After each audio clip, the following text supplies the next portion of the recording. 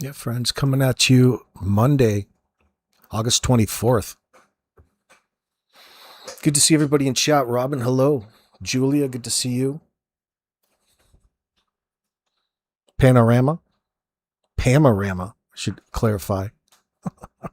What's up?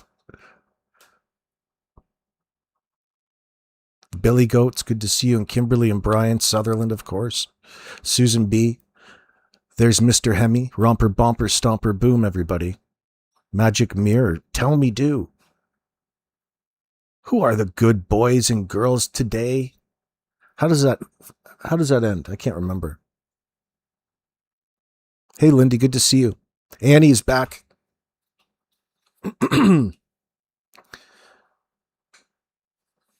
Friends, we've learned so much considering the circumstances with Jack and Lily over the past year.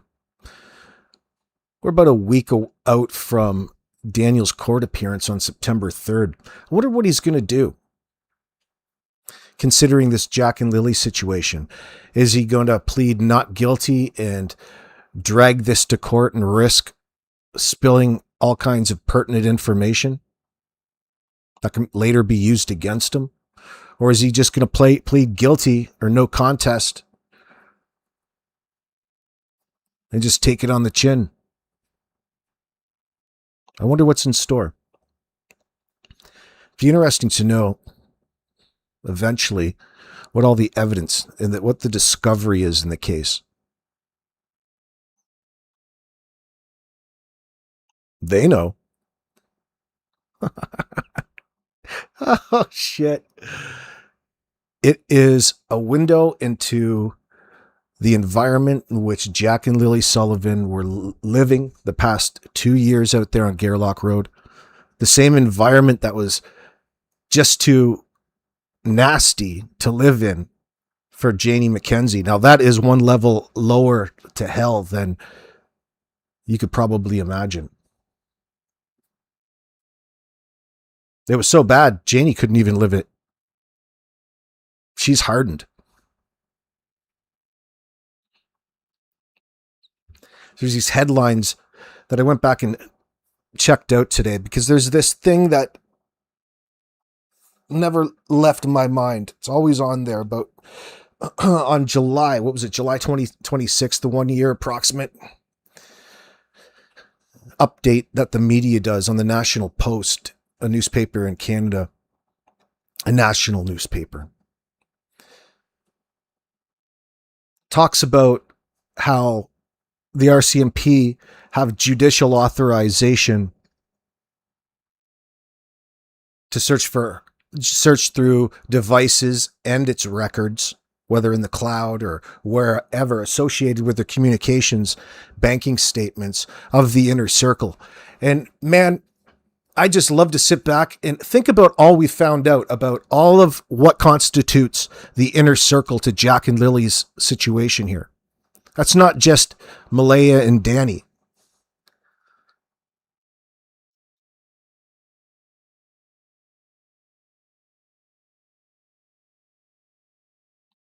There's a whole lot more.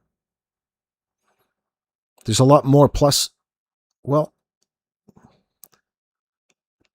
it would depend on what they define as inner circle. One thing leads to another with all of this. But it tells us,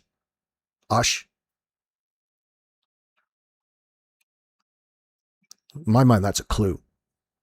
A rare one, a little gemstone. Spicy Girl, nothing happened Friday morning. It seems like they had a fight Thursday and everything went down as something happened to Lily and Jack. Thursday, Spicy Girl, is so important to this story with Jack and Lily. Think about all of the odd behavior and statements and indicators of deception by way of specifically Daniel and Janie about Thursday, right around, we'll say 3:30, right on through. Janie refuses to even acknowledge what time she may have went to bed. Daniel just straight up tells you nothing happened, so nothing was worth remembering. Therefore, there is no information. If only life was that easy, son. If only life was that easy. Good enough for the CBC interview. Boy, that is a real problem. So many problems. All of which point towards your culpability in this, Danny. Yeah, Julie, what were you talking about with your man? You're just talking about that with your man last night? Oh, yeah? What specifically, Julia?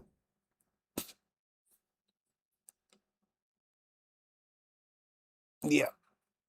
That whole Friday morning scenario, and it shows, and you can't get that. You've got to go through all of the information that they give you in that sense. And it's so very important to them that they insist that Jack and Lily were there and alive. And it's so bizarre and sticks out. You know, starts right there with this 17 to 20 minute window that they claim to have last heard the children. It's just a form of avoidance in all of this. Really, they don't want to fill in the blanks as to what they did, what went on publicly or to the RCMP, at least not in the affidavits, and they haven't had any follow-up. So I'm sure there's a certain level of paranoia that they live through on the daily. Well, there has to be.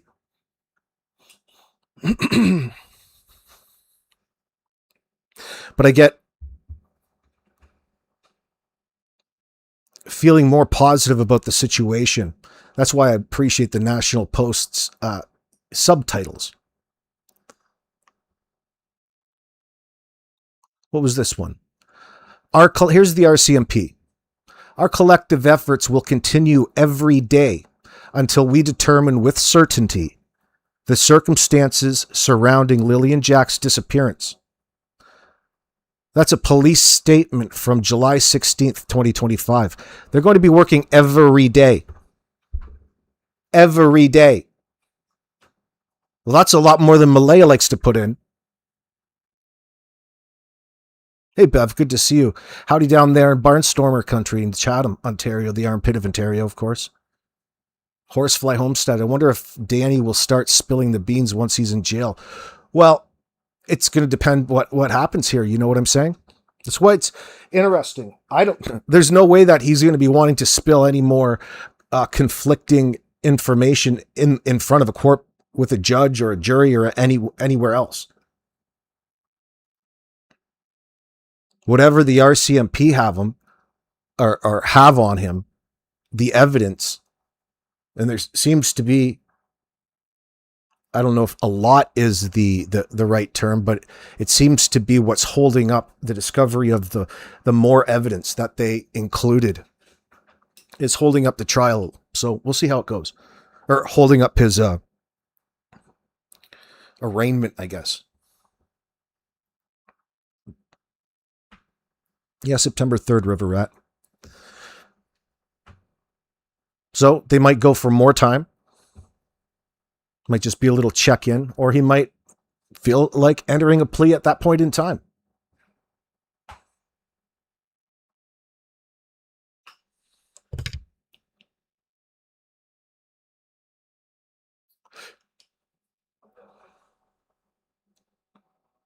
Brian says, I know one thing Daniel's going to get. He's going to get shit kicked out of them. Suppose I have to go to jail to do it. He might be a target. Who else was I? What was I watching yesterday? Oh, that Jake Harrow. He was a target in the first week. You remember that baby Emmanuel Harrow down in Southern California? That was a disturbing situation. But updates are trickling on their way through up onto the YouTubes. Yeah, it's you guys are calling the armpit not because it stinks. I look at it as a physical armpit, like around Lake Erie. If you look at it geographically on a map, it kind of does look like the armpit of Ontario. But if you're talking about a stinky reference, I can think of a lot of other stinky places in Ontario than that. I don't know. It depends how you look at that term, though. I was always just at the sewage treatment plant, so it always stunk no matter where you are. Nasty. DM will probably be paying everyone off with commissary. Well, I don't know where he's getting the money from. How's that going to work? No, they'll have him in his nice little comfy space, his safe space in behind bars. He'll have a hard time even with this SA and assault forcible confinement charge.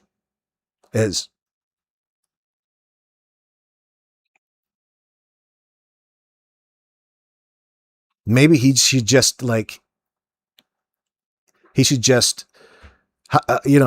start living life as a female now. Maybe he can get into the female prisons.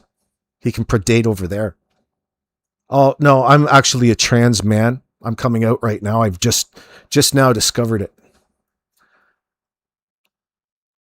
I'll keep my penis, though. I wonder if they'll have a little section. I wonder if they'll have a little section just specially for individuals with an, can I say, alternative lifestyle? Oh, shit. Oh, shit. Be one way to get the hell away from the dangerous folk. How many others in here are here just to get away from people? They're probably all the same. It's a loophole. Got a loophole. There's a lot of those in I don't even want to start shit talking Canadian systems. The more I learn, the more you know what, I don't know, because I'm not a professional on sentencing crimes. When you look at the difference between the United States and each state and their sentencing for the same sort of crimes, let's say there's quite a difference. There's a big difference, as in people in the States are getting 50 to 75 years in prison. Canada, 5-7 years maybe, and a couple of years on probation. So, I mean, I don't know if one's too strong. It's not for me to say here in this particular show tonight, or little communique, little situation here.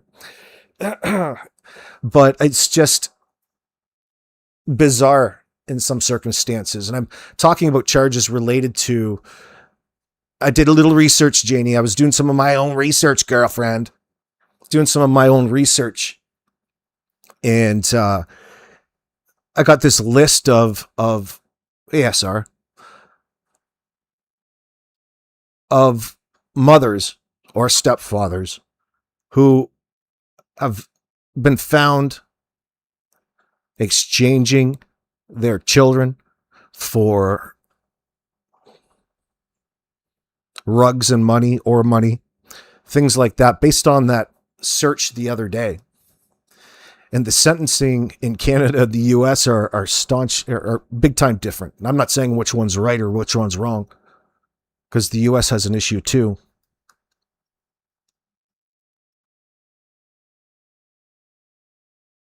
Let me read this to you. Maybe I'll pull it up. I'll quote it.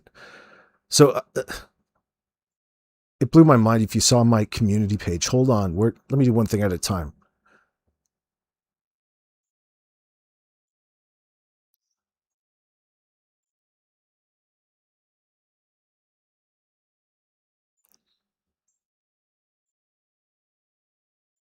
Oh, by the way, before I get over there, before I do this, I appreciate that, Maria Valverde. That's much appreciated, darling. You know, how many of you guys out there had shook your head when you saw the picture of her marching in a Canada Day parade? They got floats. They got all kinds of that Chomo Kent signs, giving out candy and keychains. Can you fucking believe it? This is a celebration to them. A parade is a celebratory thing.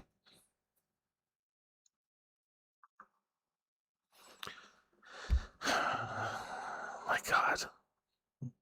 We're talking about sock puppets and belly boxing. What the hell is belly boxing?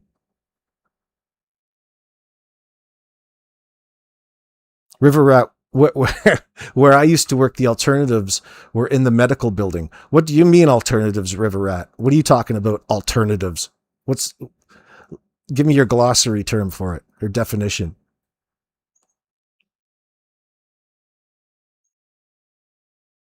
Bodna, good to see you. Hey, AB, they were throwing shit at kids. So ridiculous. She has no shame. Oh, yeah. I couldn't fucking believe it. I couldn't fucking believe it. Do you want to know what even Grok had to say about it? He pointed it out as abnormal. Listen to this. So my command is explain why it's inappropriate to be marching in a Canada Day parade as the parent of 2 missing children and a suspect, holding signs and passing out keychains and candy. Oh, I was looking for some topics to a video. So I love this. Usually you get such generic answers back from it. This is like, I was just curious to see how it would organize this thought, right? So it's widely viewed as inappropriate because it prioritizes a celebratory public relations style appearance over the gravity of the situation. Exactly. The ongoing investigation and basic expectations of parental conduct when children are missing under suspicious circumstances, Malaya. This refers to MBM, mother of Lilly and Jack Sullivan. Oh, good observation. I didn't even have to put that in. Who disappeared from their rural Nova Scotia home on May 2nd, 2025, when they were 6 and 4 years old. She and her then partner, stepfather, fuckface Daniel Martell, reported that the children had wandered off while the adults were sleeping with their toddler. Extensive searches found almost nothing of substance. Negative evidence, baby. Police have treated it as a missing persons case with no publicly named suspects. Nobody cleared or confirmed crime, though the parents have faced intense scrutiny, polygraphs, document releases, relationship issues, and public suspicion. Martell later faced separate sexual assault-related charges involving an adult. The children remain missing. On Canada Day, old Slim Brooks Murray participated in a local parade that included a float highlighting the children's disappearance. Hey guys, it's me. I'm the mother here. Give me all of your sympathy. Thank you. I don't owe any of you fuckers anything. I'm walking down here in the parade and I don't owe you fucking people anything. I'm owed answers. She carried or was associated with signs, awareness materials, and handed out keychains featuring the children's photos, along with candy and similar items like stickers. Oh, pens, balloons. You guys can fucking ship your dope around in those balloons, your own Jack and Lily balloons. In her later interview, she described it as emotional, but done for them to bring awareness, to keep their faces out there. Now, honey, why this reads as inappropriate is it's a mismatch with expected parental response. When young children vanish without clear explanation, no confirmed wander-off trail that resolves the case, limited physical evidence, prolonged silence from the mother in public for many months. The dominant public and familial expectation is sustained private anguish, cooperation focused on investigative leads, or low-key advocacy, marching in a festive national holiday parade distributing candy and branded keychains, and treating the event like a promotional float can look performative or detached, more like managing optics than searching or grieving. It jars against the image of a parent who would tear the world apart to find their kids. In the context of suspicion and investigation, even without formal charges tied to the disappearance, the parents here were the last known caregivers. The home and area were searched, inconsistencies, details, and statements circulated, and online public discourse heavily scrutinized them. Appearing in a cheerful community event while handing out trinkets can be seen as tone deaf or as an attempt to control the narrative for public sympathy or public sympathy alone, rather than addressing unresolved questions. Canada Day is a celebratory occasion. Using it this way risks appearing to leverage a party atmosphere for personal visibility.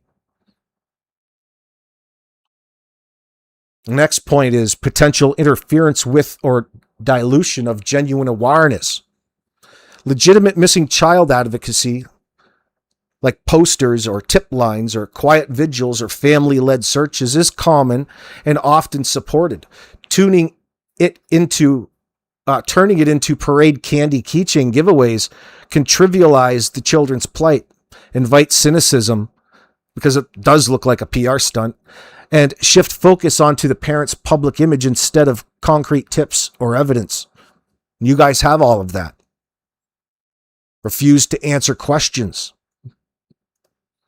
Community members and extended family have held more somber vigils and marches demanding answers. A festive parade version stands out as discordant.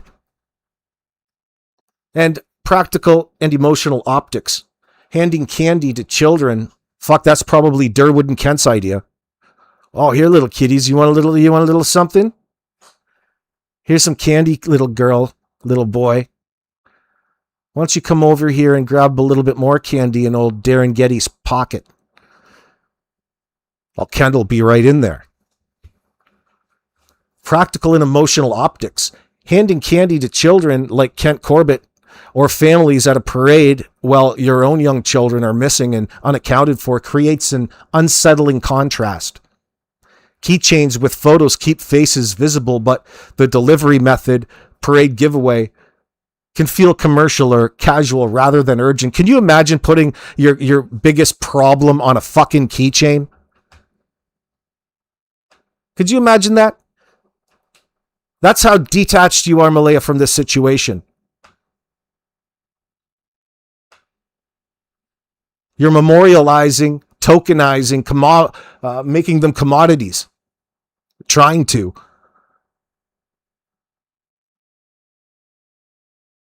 For those who have already distrust the official wandered into the woods account, it reinforces perceptions of insufficient urgency or accountability.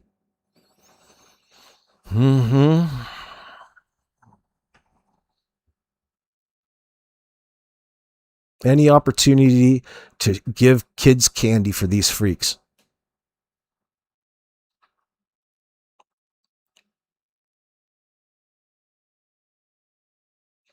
We need to talk about Mayflower. Where's Robin? Where's Robin?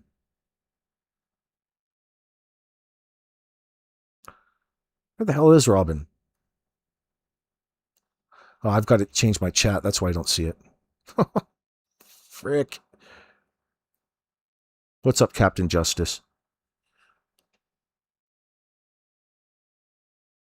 You think Julie says, I think if she was honest from day one, I may feel different about her. Maybe. Oh, well, you can't expect her just to compromise the integrity of the RCMP's investigation now, can you? She can't be out here talking about all of the facts of the situation, especially when she's culpable. It's going to conflict with what she told the RCMP, what she's on record of stating, and beyond.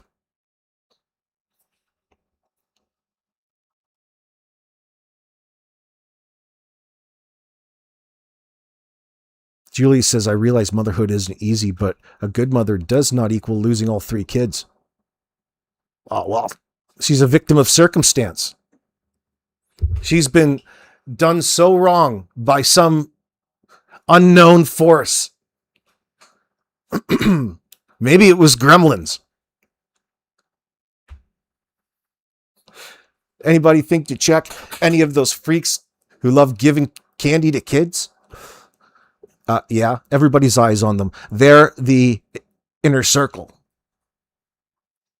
Absolutely. Hayden, Emily, Tan Man,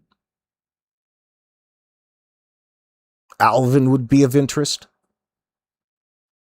Because there's got to be communications. Well, I'd be interested to know what those communications coming from Janie out to her brother's Ron's were really about. Because there are several. Which brothers were there right at 10:30? Seems awfully quick. Just a little bit of a side note, you know? Adele, what's going on? And they went out the sliding door and it doesn't make a noise. Sure, babe. Yeah, it was so important that you know what that sliding door sounds like, so you can therefore understand exactly how they didn't hear the kids. Oh, now I understand. Oh, thank you so much. Fucking idiots. That might work with your Uncle Alvin, but that's not working for the world. Heavens to Betsy. You all of a sudden, so it just leaves so much up because they never tell you why it is they're telling you any one thing. It's all a bit of a sidetrack. Oh, we didn't hear him. It's to go back and reinforce putting blame back onto the victims. It's just a piece of this concocted story that they want you to fixate on and obsess and ask them all kinds of questions over something that didn't really actually happen anyway. Then when you start asking them about stuff that makes more sense, like what's going on Thursday, hey, let's fill in an appropriate timeline, all three of you assholes, for Thursday afternoon into Thursday evening. They run like rats. They're out of here. They're fucking hightailing it away ASAP to the point where they're so desperate. Right on the CVC, I can't believe that comes out of Daniel's mouth.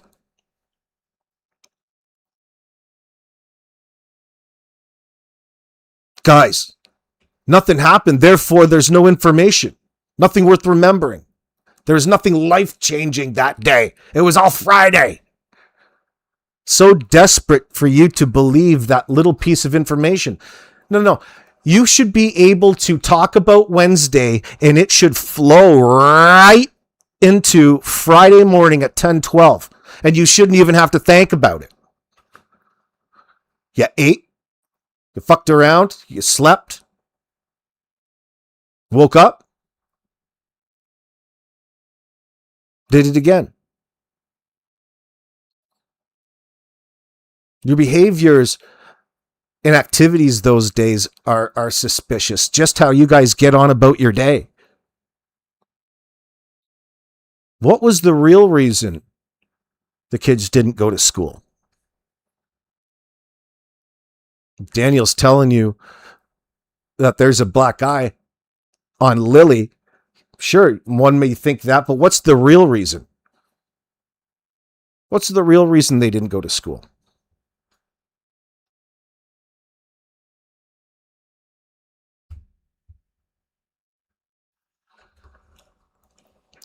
You know, we've learned so much.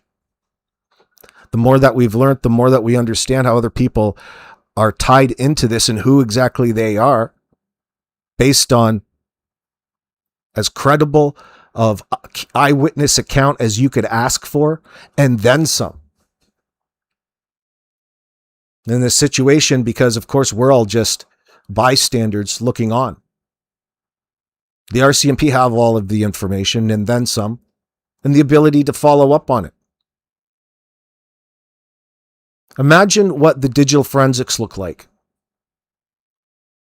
From about, I wonder what the real number is. I'm even going 12, saying 12 people. I think Anita came in. She's got 9, but there's a few more. And she's always talking about how Cindy is involved. And, you know, in my mind right away, I think, well, I should be careful in just assuming that she is. But based upon what we've come to learn about Anita and her reliability, regardless of any digression or how she tells stories or how you feel about her, she knows them on a personal level.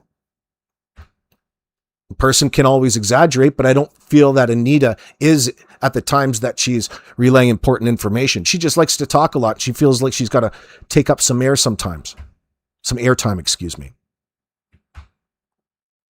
But it's a good account from a portion of or side of the family to Jack and Lily that's important. Not to mention this allegedly old Cheryl was in the geographical area the morning of May the 2nd, 2025, she says, fishing. And that's an interesting point considering how suspicious everything else looks.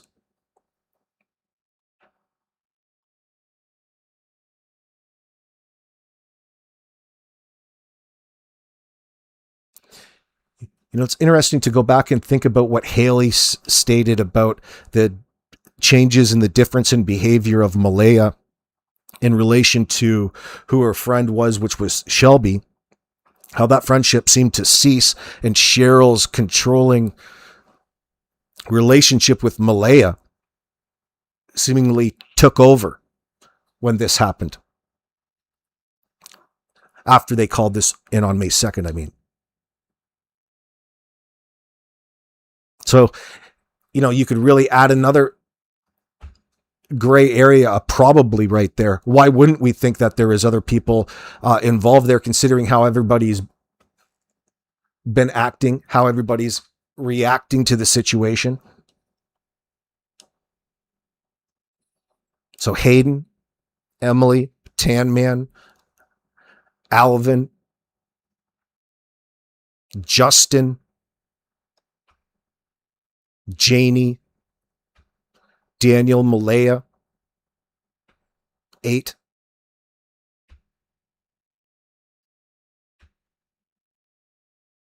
Darren Geddes. Even throw in that fat fruitcake Kent, that disgusting mustard in his beard, booger picking, eating freak.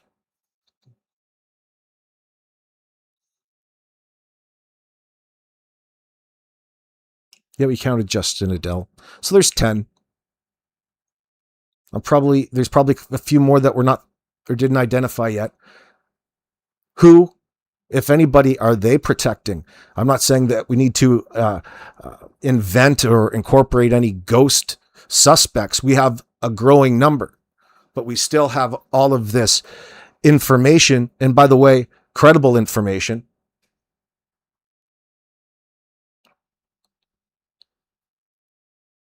An alleged eyewitness account of Jack wearing a blue backpack the night before going somewhere. That's a lot more of the timeline than any one of the individuals on Gairloch Road wanted to fill in about Thursday. You couldn't get any more inconsistent. Whether you're Malaya, Janie, or Daniel about their account. In fact, Daniel completely was inventing and fucked things up. He screwed his days up. Just more obscurity. Not to us, but in the moment. The Billy Goat Thumb. Malaya is going to be a professional victim now until some irrefutable evidence comes. She's doing herself a big disservice. She should just shut the F up. But they need to start the sympathy tractor up. Start plowing the field, getting ready to plant some seed. You don't have to work when the world owes you. Oh, Captain Justice. You think that's how she is? Anita Benita, good to see you, darling. Parenting is like any other thing in life. There is good and bad. As mom, it almost always good, especially if you have help. Yeah, that would be fantastic. Help is so important. I got to learn that a lot more when I became a single parent. I laugh, but that's real. Life's a lot harder when you're a single parent. Man, it sucks. But don't just settle, y'all. Don't be settling for no sea donkeys. Anyway, let me see. Especially if you have help. DM and MBM were helping no one but themselves in their dealer's bank account. You're right. And not to mention what that does to a person's attention. It's a situation where you further isolate yourselves away. And in my mind, it falls in line with what the other thing that Harvey and Alvin and Wayne have all commented on in this rift in the family, this dislike towards Daniel Martell, and how Malaya won't let them see the kids. Well, I'll bet you there's a bit more to that. That's probably just how it's presented. They don't want to waste any time. They don't want to be recognized by a bunch of weirdos like that because they're in the throes of an addiction. Have every reason not to socialize normally or any of the like, especially the children. Better hide them away.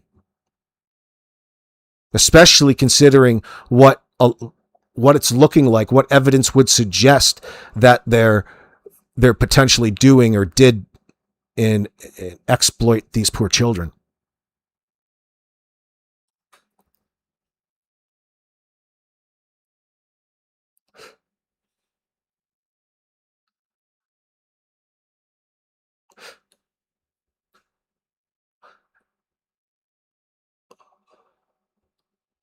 Angus Beaton 1234. They didn't check with Janie or the trailer before calling 911. They haven't been shouting their abduction claims at all. You think they would? Huge red flags. Well, they've finally come out and said it because what she's pushing, she can only assume, right? She's strongly suggesting that's the closest to a linguistic commitment to straight up asking or answering the question, what you think happened to Jack and Lily. They've got so much invested in this false narrative each step of the way, especially since the get-go. They had no other choice. Strong indicator, of course, again, they're lying, and they're only lying for one reason, but that doesn't tell us the circumstances, does it? RCMP have a challenge in front of them. They have to get that objective timeline down. The good news is, on the justice front, is that there's so much evidence there, circumstantially and forensically, that they have to go chase after. If it wasn't for a person like Brendan observing what he did, they would be far worse off. It's not reliant on that, but that's such a heavy key witness observation at 10:48 a.m. to criminal activity on that Lansdowne side road.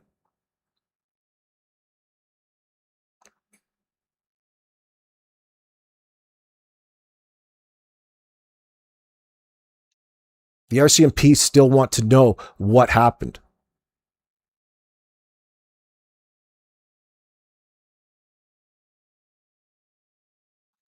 The Billy Goat Thumb. The recording of Alvin on the phone call is telling.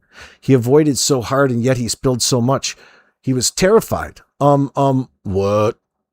At what time? Well, that's what she was asking, sir. LMAO. Yeah.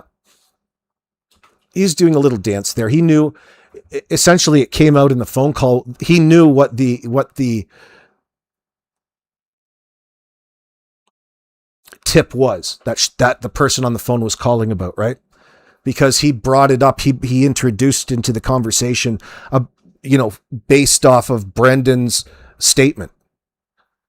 Speaking of that statement, it's a good time to press play for a few minutes. I want to share a link with you. If you haven't already, go over to Mike Demands. There's a segment called Thank You, Brendan. 2 months ago, they did a live stream. And it's here in chat right now. There's the link. I'll put the pin in this one.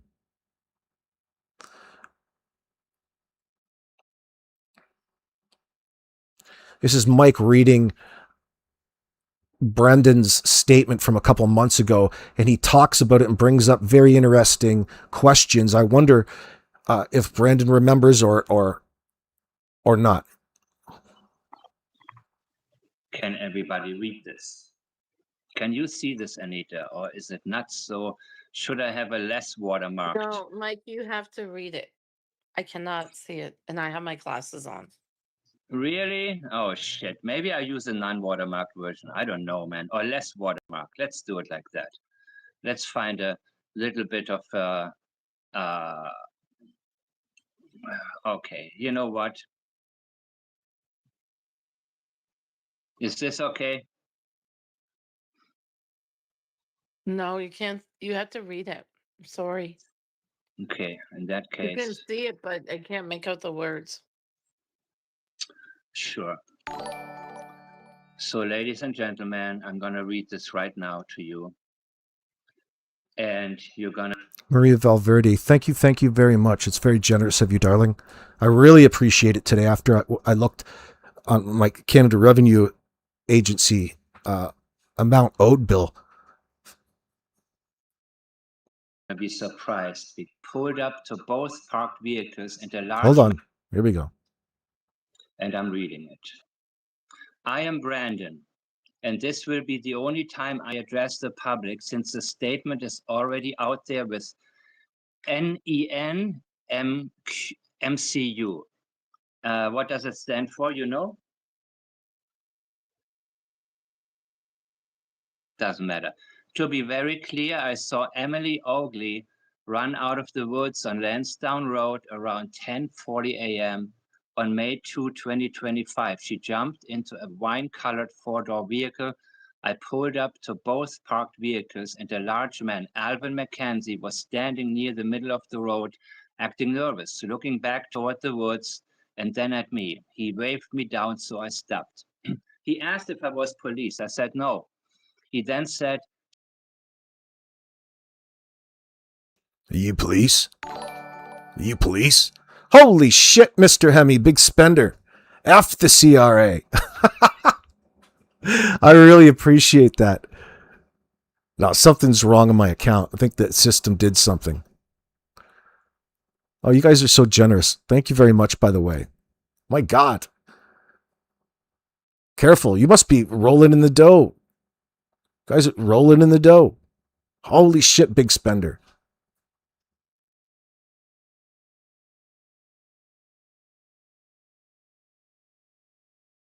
she found a pink shirt around 10:40 a.m. on May 2, 2025. She jumped into a wine-colored four-door vehicle. I pulled up to both parked vehicles, and a large man, Alvin McKenzie, was standing near the middle of the road, acting nervous, looking back toward the woods and then at me. He waved me down, so I stopped. He asked if I was police. I said no. He then said, "She found a pink shirt." I got out, and he walked me over to a tree where there was a pink children's shirt hanging. After Alvin told Brandon that Emily found a pink shirt. Man, oh man, oh man. Are you police? You the cops? You the cops? They're just waiting for the cops. Yeah, Bud, no, I got a Discord. If you're a member, look on your Discord. I've got it attached to my... I've got it attached to this account. I'll go check it again, but it should be there. It should just put you on.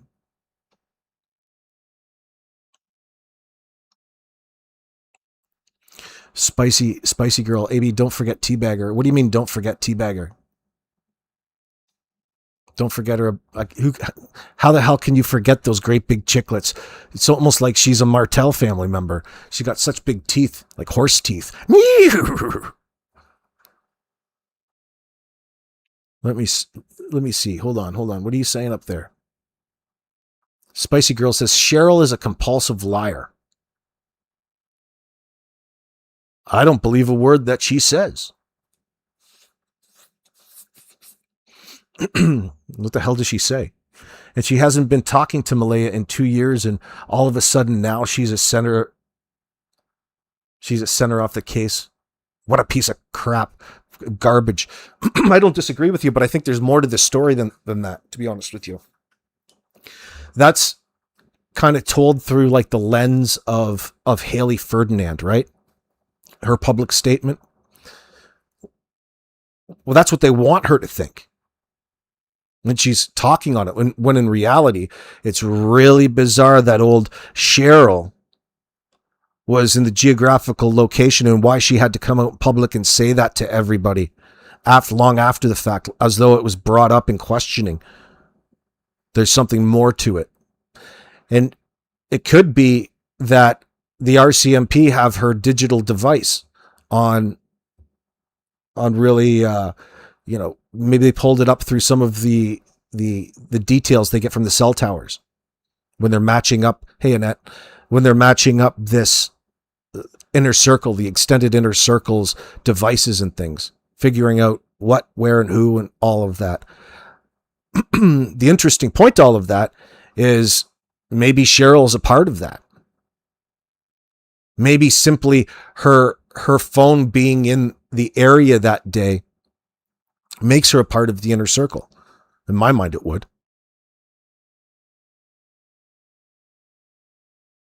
She's nasty for all kinds of reasons.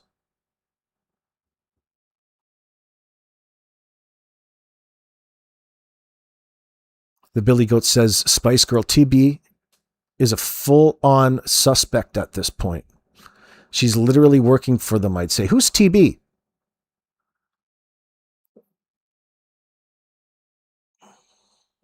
Oh, fuck Spice Girl. I'm throwing Kent in the Halifax Harbor. Now I'm going to have a larger fan base there. Maybe I'm going to stream it live to my YouTube channel. Maybe have a giveaway. Maybe I'm going to have a giveaway myself. I'm going to have some keychains to memorialize the throwing of Kent in his fucking wheelchair in the Halifax Harbor.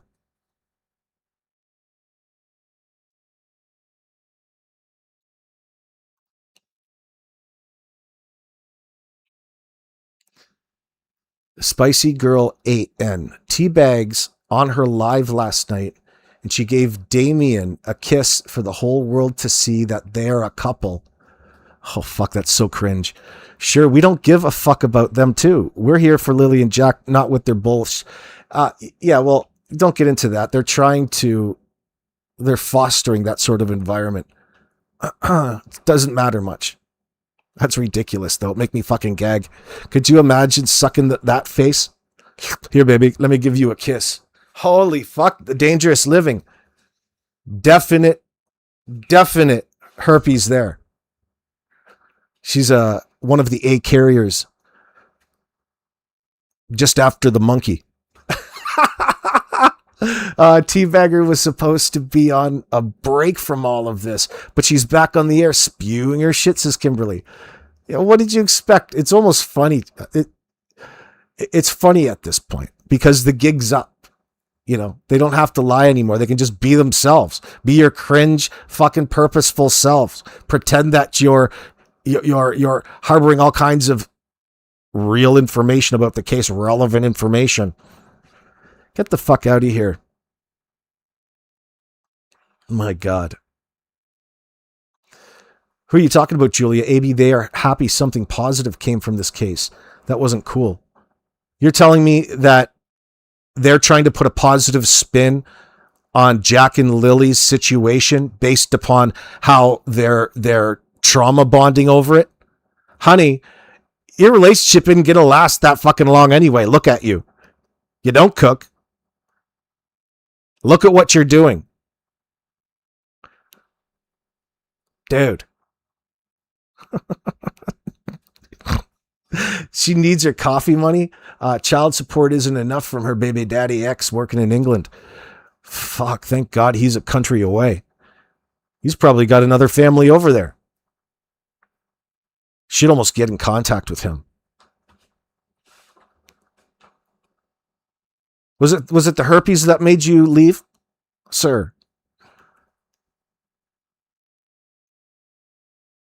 Yeah. That's what Julie is saying, and that's something positive. Oh, thank God. Oh, how crazy is that? That's such a narcissistic pull. That's disgusting. That's cringe-worthy. Cringe AF. Oh, it makes me puke. Oh, look it. I'd like to introduce my partner, my life partner, Damien. Here, Damien. Give me your lips, honey. Oh, yes. I'd just like to announce that we are a couple now. The Jack and Lily Sullivan case has brought us together. As if you all didn't see us on that float on Canada Day. What a bunch of fucking idiots. Who cares? Oh, congratulations, guys. Oh, I'm so glad. Look at the magic that happened. Oh. Until you get her in bed. Oh, my God. Oh, my God. You smell something? Oh, shit. Something positive. LFMAO. Two little gross rats meeting each other. Oh, God. It's love. It's love. How long before this falls apart? Just a reason to celebrate. So what's your anniversary date, guys? You guys double dating with Malaya and whoever? Maybe Cheryl and her old man? You guys going four-wheeling? Drinking? Socializing? Maybe it's an open relationship. Man, I'm so glad all of this could have brought you guys together. Who the master of ceremonies is going to be Kent, I would imagine, for the wedding.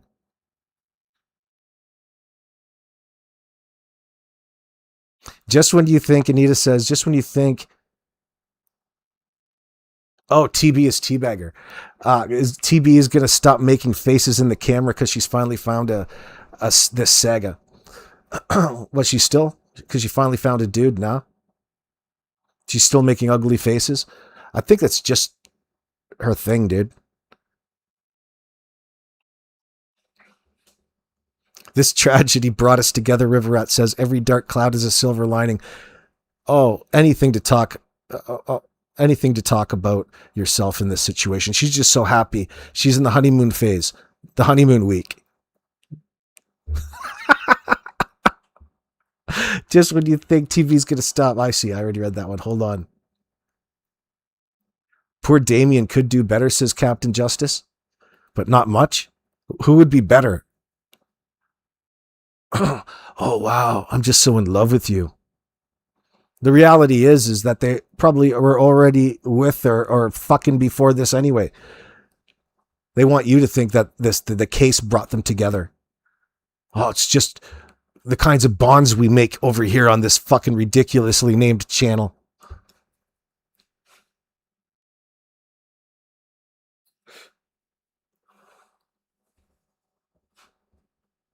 You think she's any good around the house? You think she keeps a clean home? She's neat, tidy, doesn't make a mess, keeps herself clean. I don't know about that. Kimberly Elton coming up with a comment of the morning. They don't need anything, and they don't need to swing. They have all screwed each other already. This is true. Probably including Darren. So I wonder how Darren's thinking. I wonder what he thinks about this new relationship. Probably be jealous. They were getting pretty close. I wonder if it's going to conflict. Date night's going to conflict with her stream schedule now. River Rat AB, so you have a buddy who would take one for the team. Maybe a little love connection could bust this case wide open. Well, if I did, I would never admit it. You're starting to talk about some underground operations, some deceptive evidence gathering strategies is what you're pointing out there. Just another level of cringe over there for people to laugh at. Oh, shit. What did you expect? She's definitely lazy AF. She took nearly a year to get out and search with her dirty little rag claws. Lazy. Yeah, Brandon was there since day one. He took the initiative. He did something that Shannon didn't do that day. She must have been busy fucking around. Probably laying on her back with her heels up in the air. Oh, that's a little too misogynistic, I think. VB, she's fresh meat? No, I don't think so. Listen.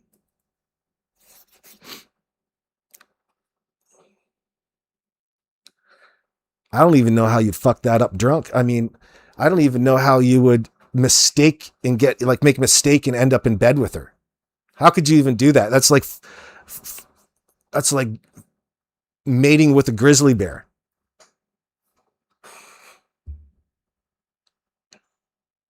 When asking Damien why Teabag didn't search until 1 year later when she met Malaya, he said she didn't know what to do before meeting him in March. She's reliant on Damien. Oh, he's such a handy guy.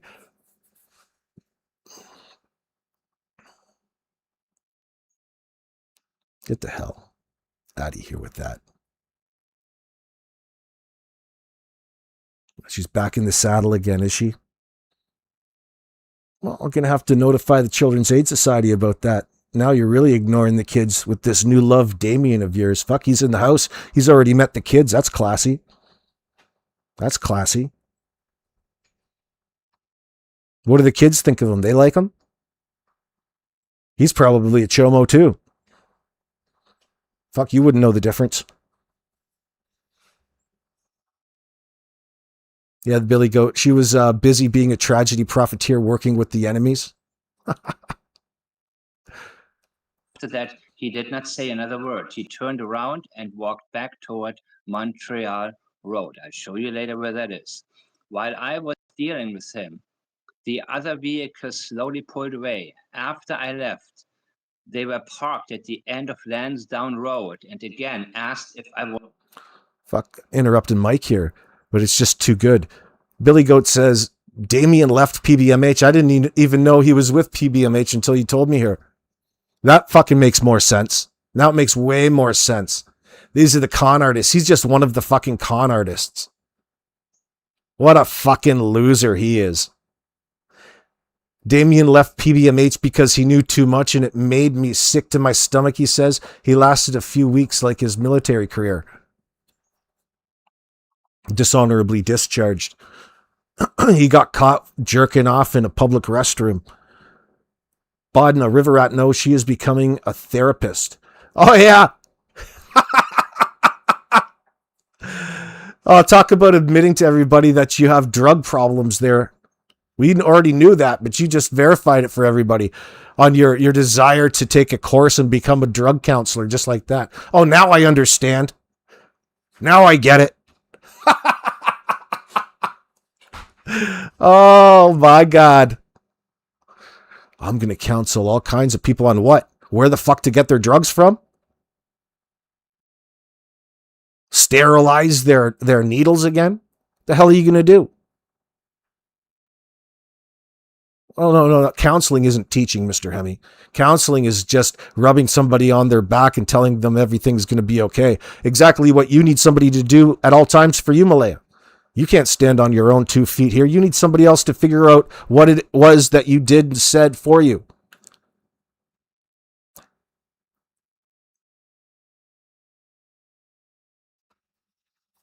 Why don't you do something more your style? Why don't you just get into stripping? Why don't you just go sell your ass like you were before, girl? Heard she's making board games now. Where the hell did you get that from? Making board games. Nicola, what sort of board games? Like, Guess Who? The Game of Life? Monopoly? IQ 2001?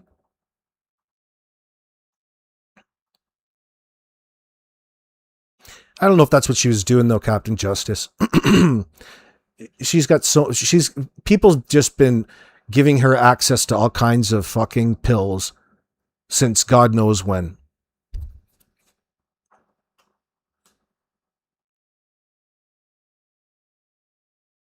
Mr. Hemi says people with all the parenting advice have no children. People with financial advice are broke, etc., etc., etc. Well, it could be perceived that way.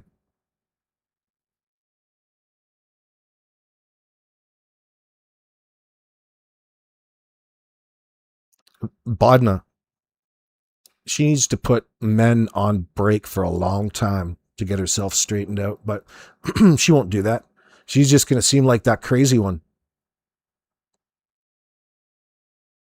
Brian, why don't you go and date her? Why don't you go date Malaya?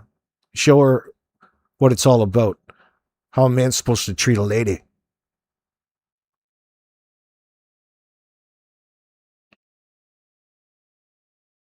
Was police. I said no, that I was there helping search for the children. I asked who they were, and the woman said they were family from Truro, looking for the kids as well.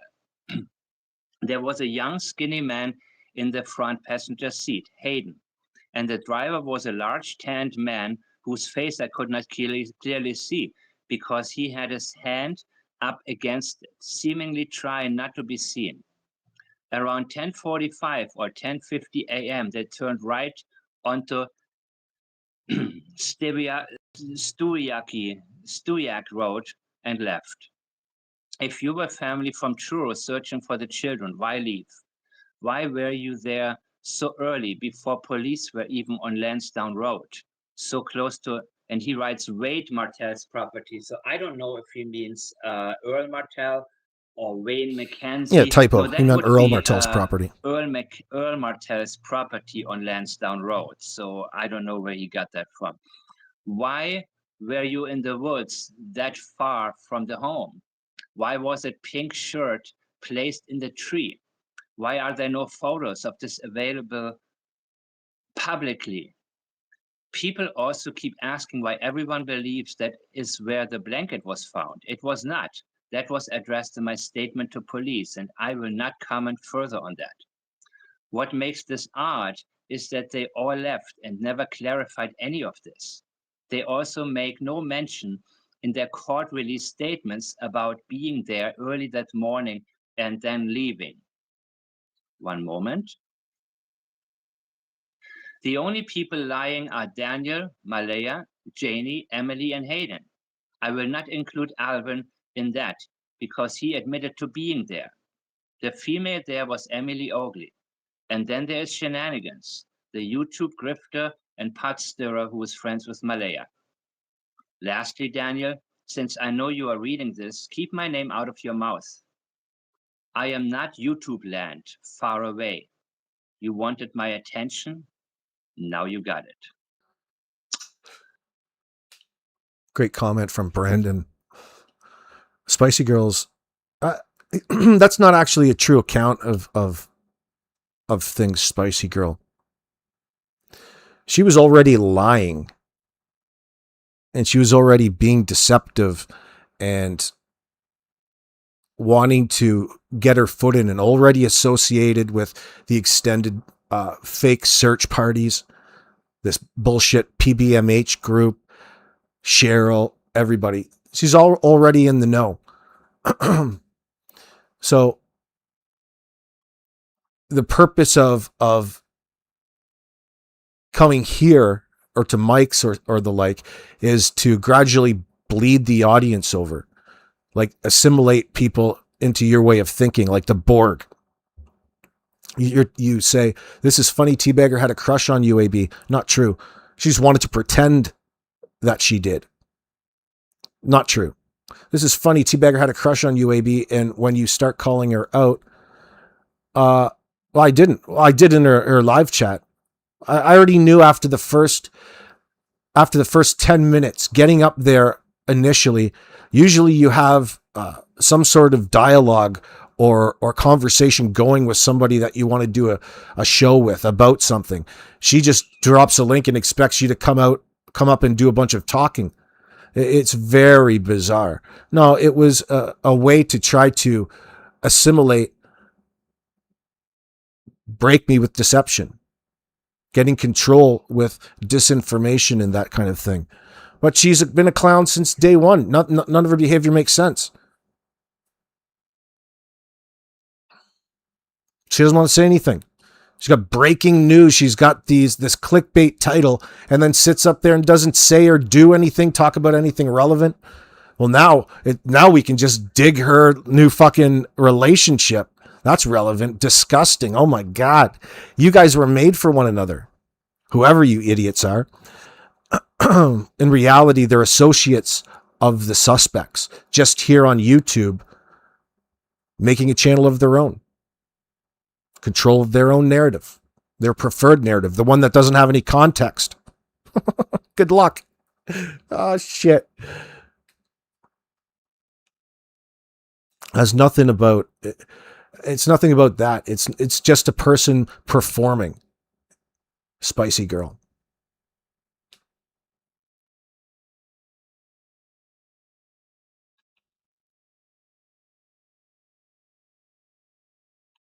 Yeah, Truth Finder, you're probably a lot closer to the real truth. Not that we can or have access to any of those files, but just from what we can gather from the relationship with Cody, the comment is, and CPS really failed to remove those children at birth.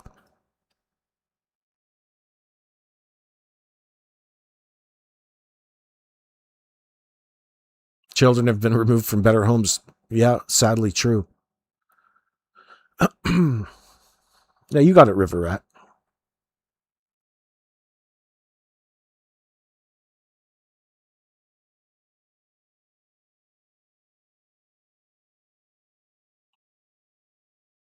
What the hell are you talking about, Bodna? That's weird. So, this wine-colored car would be the car that was traded in, and you can call it wine-colored, you can call it maroon. Yeah, and but as she's such a bizarro in that sense. Like, you've got a lot of nerve, honey, to even suggest that I would want to come up there and stay at your place. She gets me up there and says, "Oh, you can come over and stay with me when you come down." First of all, it's too forced. It's not natural because you don't even know my situation. I wouldn't be coming alone, and I wouldn't be coming to your house because, one, you're not good looking enough. It has nothing to do solely with how opposite of attractive you are. You're a fucking random stranger from the internet.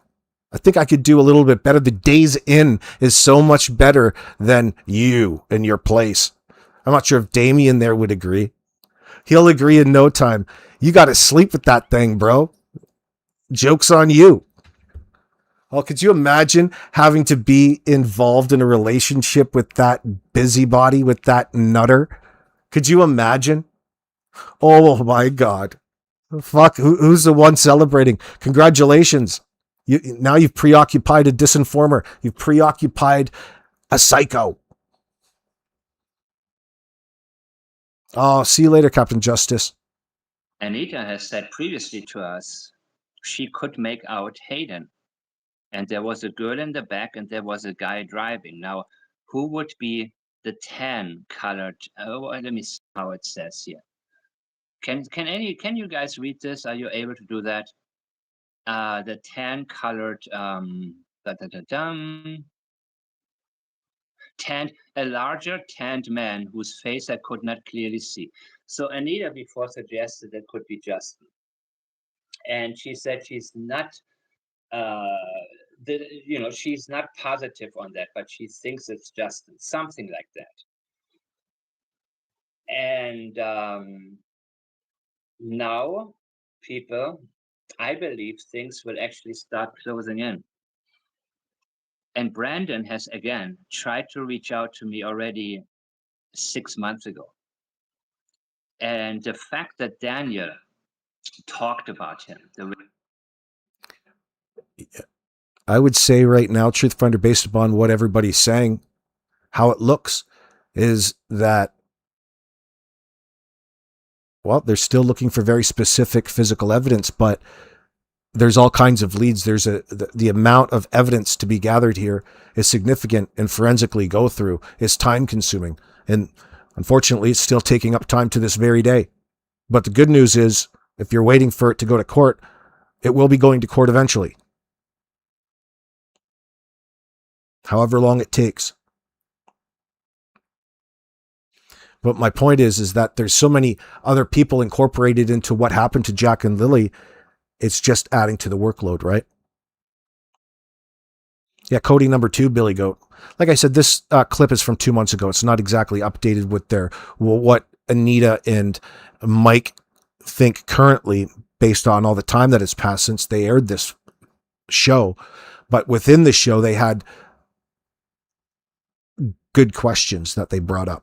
Not all of them necessarily, but their comments were fantastic. The way he talked about him lets Relevant. me know that there's something about Brandon that Daniel is threatened by. And I don't mean physically, even though Brandon may be the type of dude who, when he gets mad, he really gets mad, so he tries to pace himself.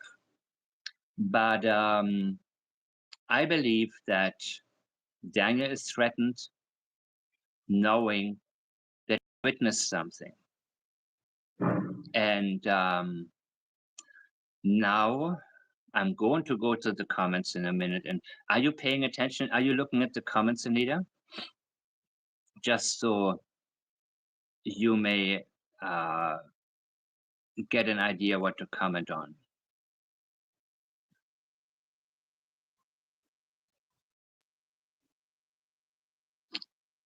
Well, I'm gonna go to the comments in a second, people.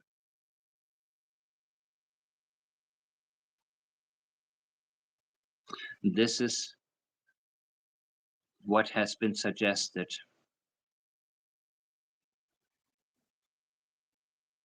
So we know Daniel squashed his car right after he found out there was going to be a search, a cadaver dog search, before the cadaver dog search took place.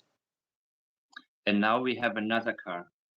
Now we have this one. And this burgundy colored car, Anita keeps associating it to being Cindy's car, the one that she traded it in. And so there was a total of 3 cars in the area, right?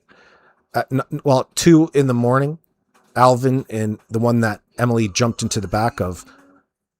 And then later on, Hayden's black Civic was there. Do I have that right? Let me know, Brendan, when you listen to this. This matches the car that Anita has described. And I'm going to take my time doing this. And I can read it again if you want.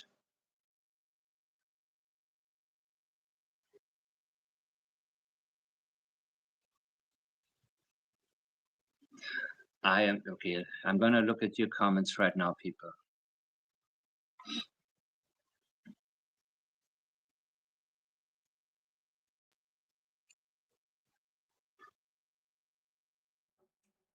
Give me 1 second. Exactly, Mayflower. Mike, I sent you something. Okay, I'm going to check it right now.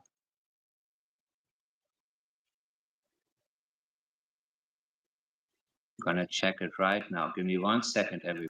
So it's very important to distinguish that burgundy car in the morning, because that's what Anita over there talks about constantly with why, from my perspective, of course it'd be different for Anita. From my perspective, it's the single most key thing that she's associating Cindy to be essentially selectively choosing to be an accessory after the fact, in that sense, by covering up what she knows about where her car was and what it was being used for, specifically not just, but before she heard Brendan's account. Now this is just solidifying it for her more in that sense. Hopefully I'm explaining that correctly, but from my perspective, it's strong, because that's what would associate Cindy into knowing more of where and who was using that vehicle, and it was being used to manipulate the crime scene, take evidence from a particular place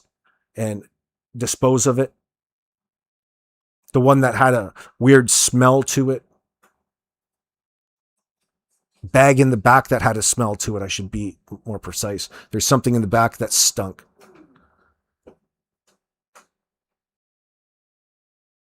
Everybody.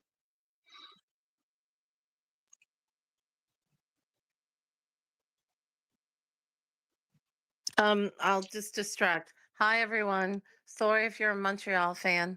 I kind of wanted Montreal to win. Process. I'll be there for him.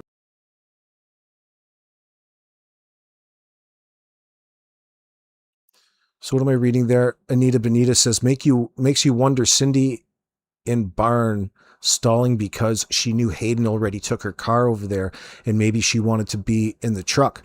Well, it brings us back to we already know that there is on record an unaccounted for call between Malaya and Cindy at 8:28 a.m. thereabouts on May the 2nd. Nobody wants to mention what that particular call was. Cindy said and mentioned that she was in the barn. That's why she missed it. Seems to me that sounds more and more you get to know what happened or the information coming in, I should say. That seems more like a signal. And Anita likes to talk about this, which is interesting, but she keeps referring back to this, we'll say an alleged report over emergency services radio or with the fire department. The local fire department had a call witnessing a woman on the side of the road during a period of time in this that falls in line with what she suspects to be Cindy, perhaps on the side of the road with her head on the steering wheel in distress. That's what the word on the radio was. Now, whether it has anything to do with it or not, it's just more of the conversation Anita's having in this association. Because there's obviously more to the story, okay? There's more to the story here. That burgundy car fits the description of Cindy's car. Hayden's running into the back of that particular car. Somebody else is driving. The tan man. People are suspecting it's Cody number 2, Haley Ferdinand's tweaked out boyfriend at the time.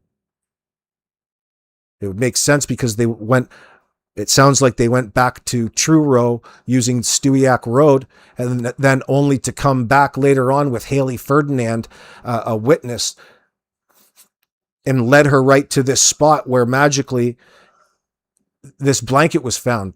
That was torn out of the trash can at the Gairloch Road property where Jack and Lily were supposed to be, were reported as being. Not that they were actually there at that time. All of that fits in line with the crime scene manipulation by way of definitely Emily Ogley and Hayden, Daniel's little doers, but that's also Malaya's family.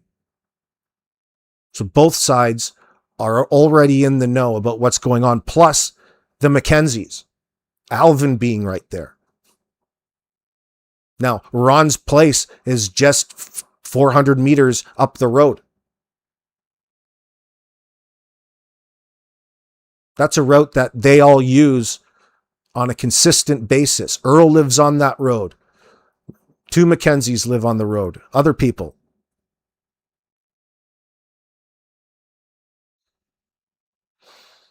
And even if I'm in Tampa or away, I have full faith. Struggle with what may come out, but he has a lot of love and support. He really does. I don't know if you see them and want to even look at I'm them, looking. but I'm looking. yeah, I'd let you take it from there. Mike, there was 10 centimeters of snow in Cape Breton today, and I saw that, and I was like, oh my God. And yesterday, I thought I seen a flurry, like, welcome to the east coast of Canada, but Cape Breton had snow today. Just because you oh, It's going to be over and the truth will come out and everything else again. I have learned through this experience and I know who I'm going to have here and who not. And I feel very good about everything because there are so many people I had to get rid of that I that bothered me to begin with. You know, they never contributed anything of value. And you know what? They're watching me. I don't watch them. So I am brand.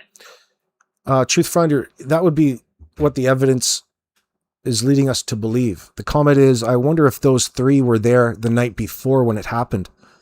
Do you think there was a party at someone's house in the area and they were all there? Hence Emily not dressed right for the occasion in that sense. Yeah, possibly. I mean, there was something already going on. Maybe they were on an extended party. Do you know what I'm saying?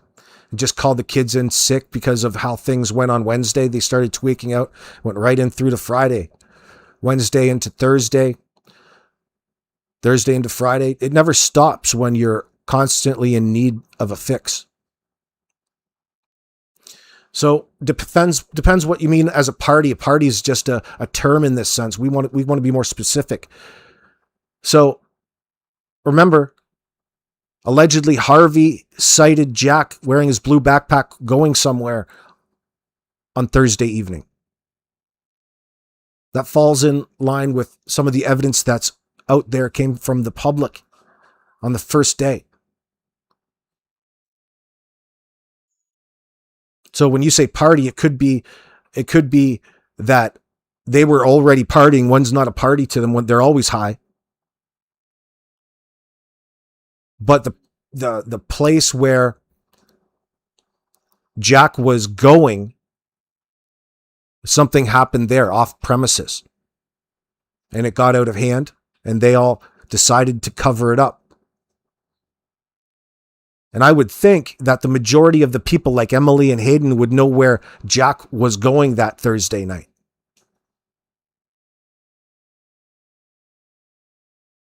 They all, at the time, were active in consuming these illicit substances.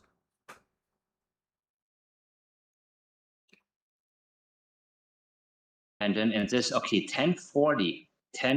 So the police was called at 10:20.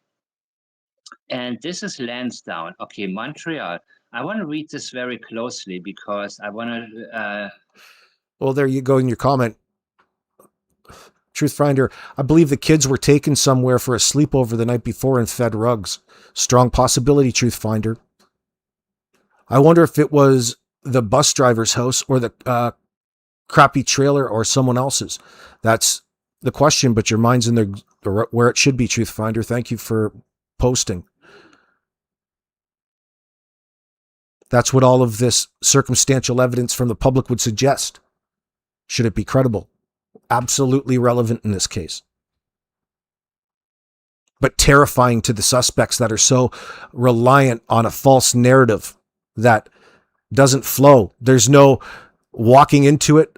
They just refuse to answer and open and let a timeline remain empty.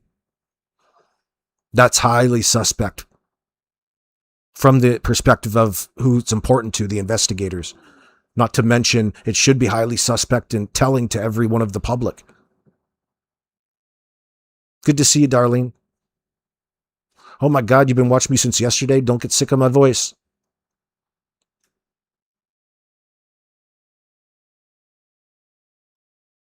Funny that we're not allowed to speculate or have opinions, but Shan literally tried to blame Biodad.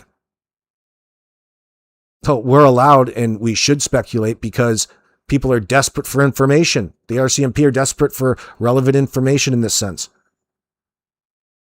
Now, the suspects want to share that message. They want to keep it hush-hush and censor everybody and only talk about the preferred false narrative that bullshit that they've spread about what they were doing and Jack and Lily even being there on Friday. It's so dependent on that. That's why they only want to talk about that alone.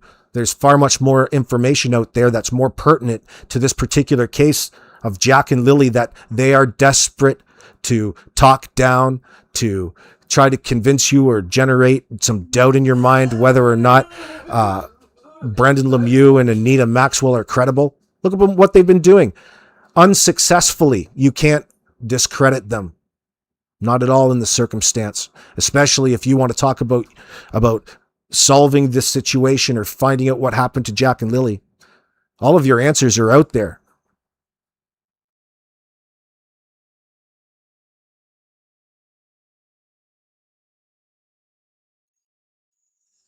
Right, Truth Finder. That's why I don't believe the children passed away at home. The cadaver dogs did not uncover anything in the trailer. I don't believe they were there that night. Not to mention, it looks like everybody that's involved here was busy, engaged in disposing of any sort of evidence that had to do with Jack and Lily.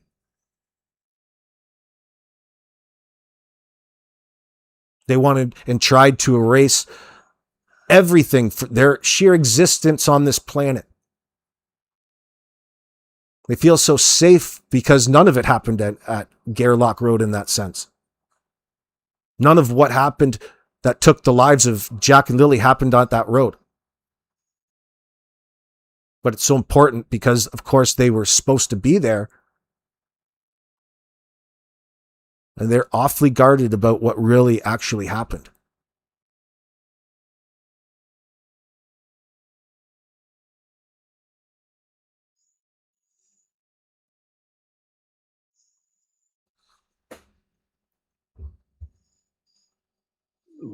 He turned around and walked back toward Montreal Road. Okay, that was Lansdowne and Montreal. Are you guys familiar with where that is located? Or do I need to show it?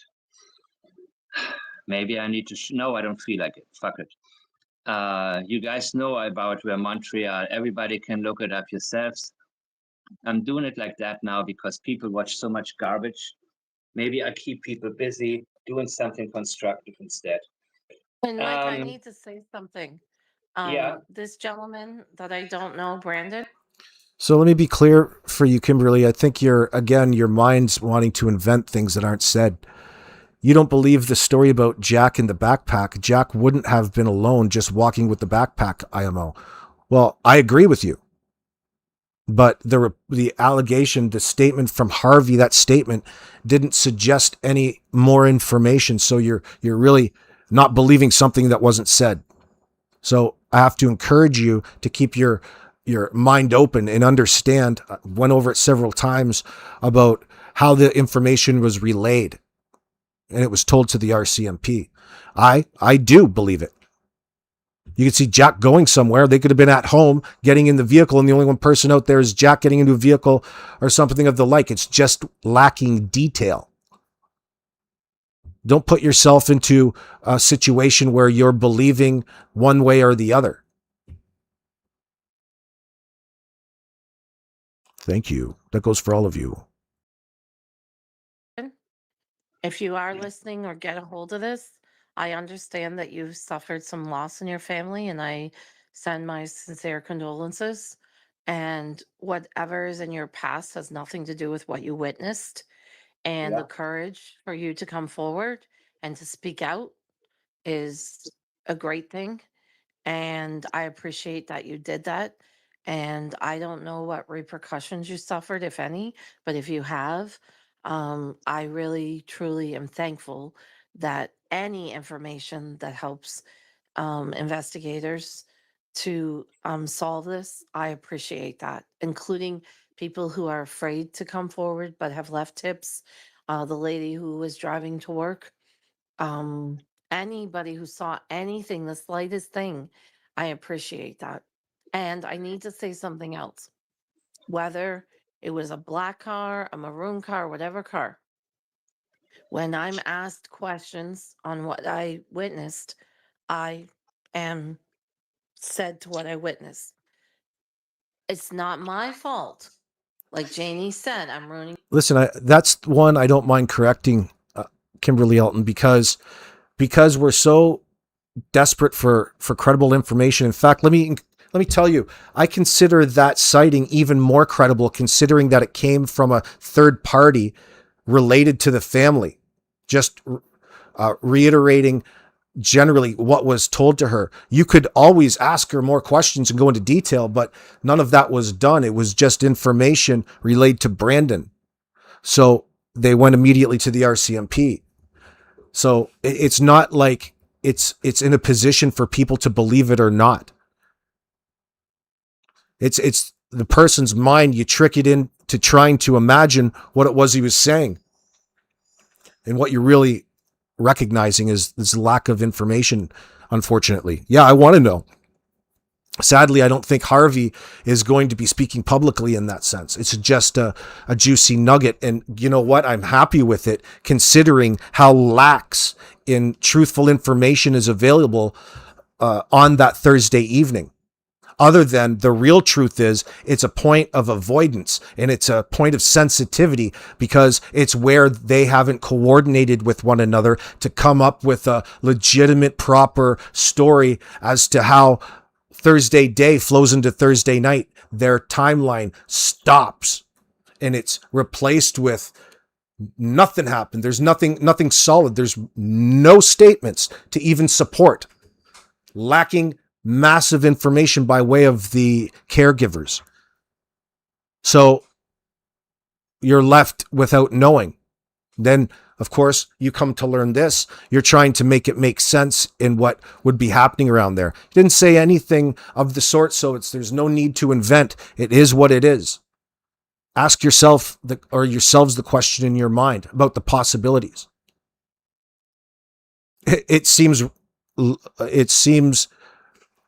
logical that a person like Harvey that drives in front of that road all of the time, coming and going from his brother's house or his own house to go up to New Glasgow or friends in that area or areas, that he passes and sees activity, and he would be always looking, because you're always looking in the yard of your family members that you drive by. You always look in there, see what's going on. So it would be something that he would be naturally looking at if he would be in the area anyway. That's where I imagine him seeing it. He saw Jack with his backpack on going somewhere. Obviously, he's out in the driveway standing or something of the sort. It requires further information, but I agree with you. I really want that further information.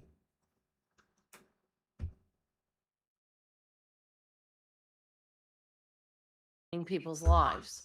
No, whoever's involved chose that evening to be involved. I was not there. And whoever is involved, when the investigators do what they have to do. Truth Finder, it's a strong possibility. The comment is, do you think they went to Jordan's? Hence Jordan and Darren being so defensive from the first day. Well, pause that for a second. You know what becomes even more interesting? Do you remember all of the sensitivity or the hoopla, the trigger point for old Jordan was this, he needed to talk to Mike and I. We had personal meetings through Facebook Messenger, because he was so affected and so bothered and traumatized by the report of the person who lives in his area talking about seeing Malaya and the kids there. Even made a drawing about how they were stood around that mom's black car in the driveway. And that set things off, of course. But it makes that story from the individual who has eyes on that house that much more credible. And I mean, what happened that day? We have this weird map that puts them in the area. What time? Don't know. But in their travels, they traveled up and around New Glasgow, Stellarton, and come up through, I'll say west of New Glasgow under the Trans-Canada, and all around back down through Stellarton area, down through Westville, where Jordan lives in the area, and back down 289, which is Gairloch Road. You know that map? I think it was taken from, or somebody shared it from Malaya, I believe, earlier on in the case. That's not the totality of the story. Especially considering that they're organizing sleepovers at probable offenders' homes. They would leave their digital devices away so they couldn't be tracked. They would be, my guess is, ahead of the game in that regard.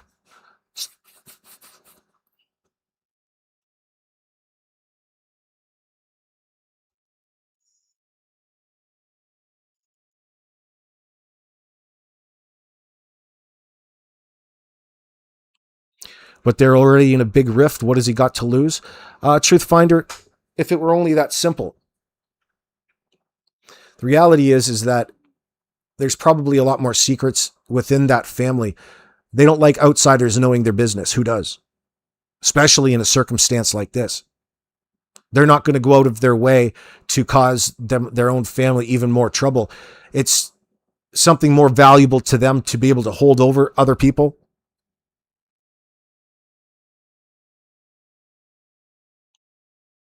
A simulation of honor amongst evildoers. Not suggesting that all the McKenzie brothers are as evil as Daniel in all of this, but they prefer to keep their business their business. That's where the culture of silence comes from. It's not too hard to shut up.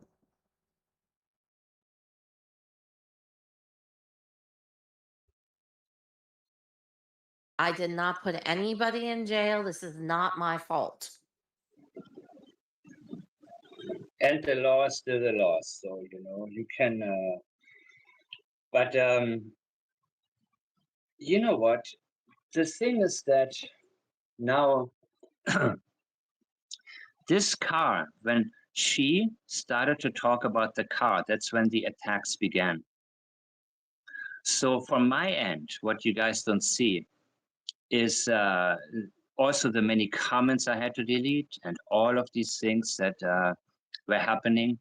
And I knew the trigger points.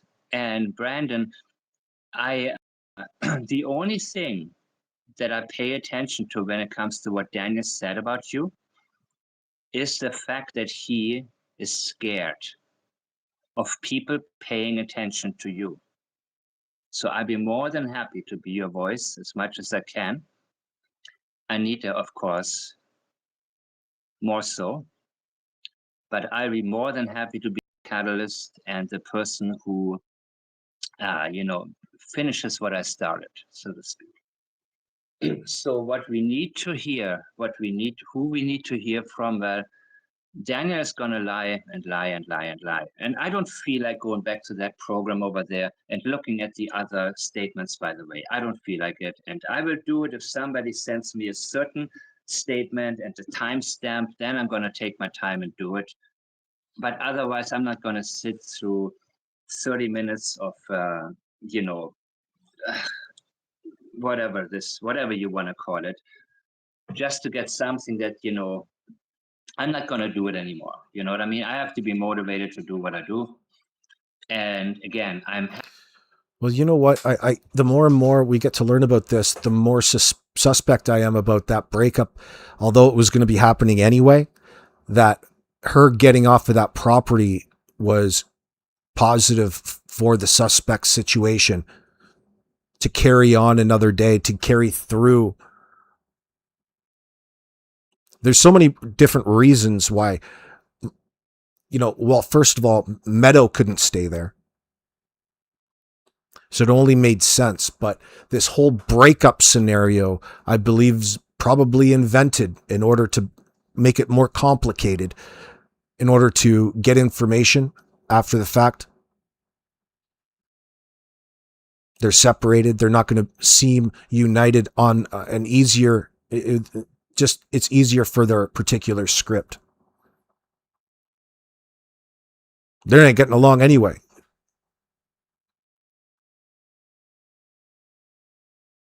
happy that Anita is still motivated to do what she's doing and that we can finish what we started and the case needs to come to a close. So the RCMP. Who are you talking about, Amy? Is that the same dude who was angry about the word chomo?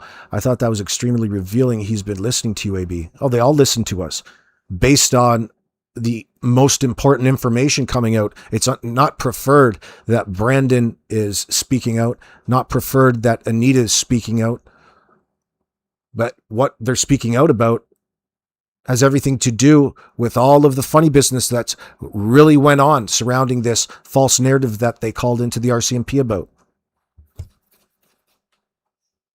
Making public the realities of their lives on a personal level and pointing out criminal activity, things that contradict the preferred narrative by way of the suspects. He is always watching. I know that they are going to, get busy, dudes. Get busy. Emily, Hayden, and whoever you are. Who else was in the car? Where are your statements about this? You didn't mention any of it in the court documents?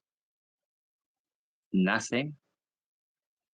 You see, now, if you on Anita, this is now your, because you're the one who made your I have statements to, already. Mike, I have to leave for 1 second. Yeah, Truth Finder, you're on the right track. It would be nice to know around what time Harvey saw Jack with his backpack. Well, Truth Finder, the best we can do to hone that time frame down is Thursday evening. So evening means to me after 5 o'clock, 6 o'clock. After that. Well, isn't that just so interesting? That puts us right there at the sensitivity point from the caregivers and how they avoid at all costs talking about that period in time.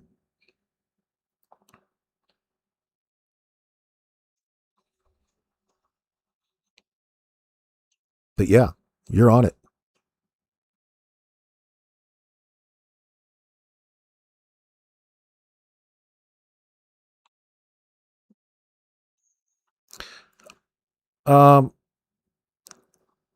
Maybe I can agree to disagree, Darlene D. I'm not buying that theory at all with MBM possibly being next. Oh, you're talking about, Darlene, that who knows? Well, the more and more it's looking like that something else happened to the kids that they're both equally responsible for. They were exploiting the children. A lot of the evidence is starting to suggest. So it's not like she was in a position to be losing her life. The domestic issues that they had didn't supersede the end to Jack and Lily.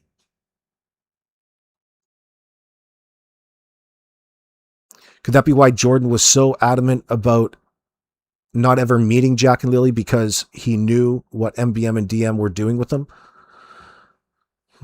Possibly. Good question. I mean, what it comes down to is is Darren Geddes and Jordan, primarily Darren, so bonded to this situation and find it important to openly, overtly be a liaison between all parties and the spreading of disinformation online. Goes look beyond just the regular reasons that they would be, because you can see the effects of it. There's numerous, but primarily somehow that dirty old pervert is involved. Absolutely he is.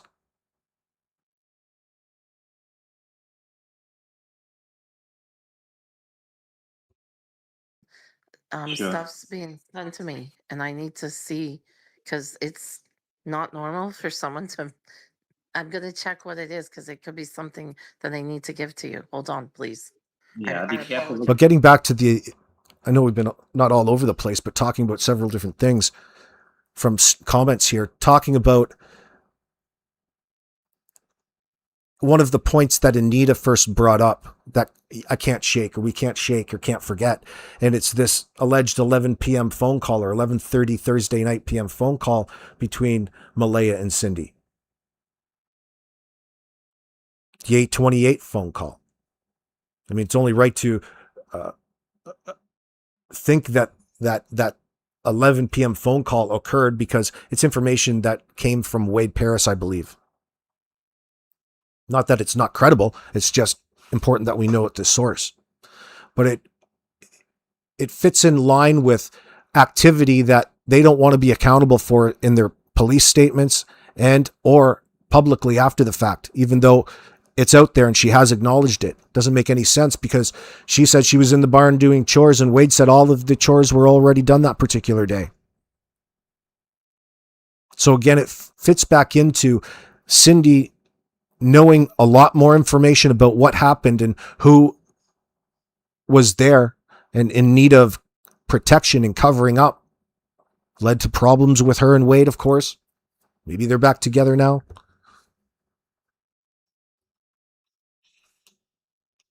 She's in possession of a lot more knowledge about something else other than what the preferred story, the narrative is that they've fed the public. That's an issue. That's a real problem. Be careful what you click on. I'm telling you. I know. Hold on. I'm going to read some of the comments here because I want to make sure that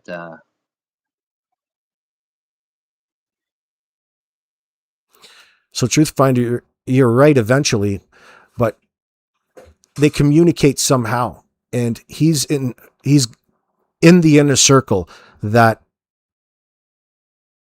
forensically is involved in the investigation regardless. And it doesn't just mean for the couple days leading up to May the 2nd. It means much further back, both pre-disappearance and post-disappearance. That includes his Facebook trails, his internet trail, what he's out there doing. Their behavior post-disappearance would suggest so much.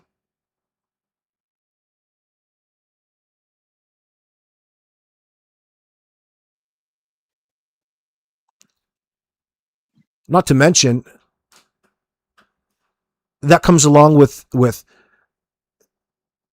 really when you have a judicial authorization, you could say that it's no problem for them to run surveillance on certain individuals should they need to. Maybe they did already. Usually you get your production order, your warrant good for like 60 days or the like. See what you can't pick up. All of these assholes are in the background talking and meeting and colluding after the fact. That's very important because the narrative needs to be maintained.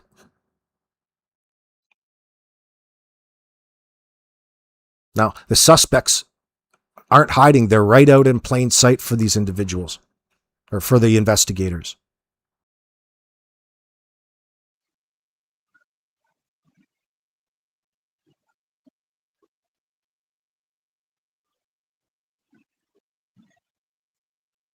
at all. Same as Tint. Now, I wouldn't trust these people, obviously. But in the beginning, it was a different story. Wait.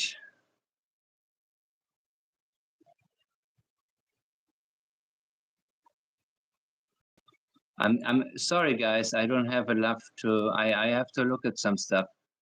If Anita was there, she'd be able to talk a little bit. But I gotta do what I gotta do right now.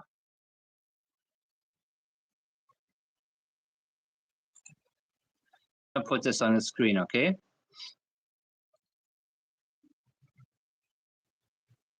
Okay, cool. Can you tell me what I'm looking at here? I didn't. Okay, I got the messages too, by the way. Yeah, I can look at that too. Let me see.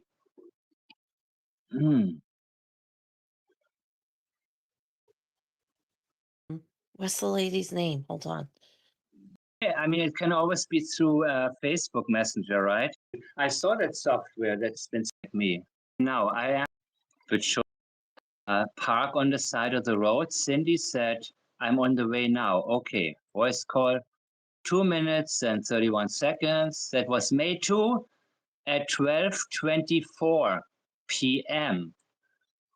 First, it started at 11:33 a.m. Okay, so that's an hour and a half after Jack and Lily were reported missing. If you can send me the rest of the convo, that could be cool. Park on the side of the road. I'm on the way now, Cindy Murray says. She says, okay. And immediately Cindy says, send Amber Alert. Tell the police to send out an Amber Alert. That's what she says in that statement. Are you following me, Anita? This is from May 2. You know whom it is to? But that's the bullshit. Meaning that's the there's stuff going on way before that then. I believe that. Absolutely. So she went home, showered, changed to go get the truck, and then get Wade at Debbie's. And I have to be fair. Wade was at his sister's, so he doesn't know what's going on. And it's going to be a shock to him. He doesn't know. I tried to tell him, but he doesn't know.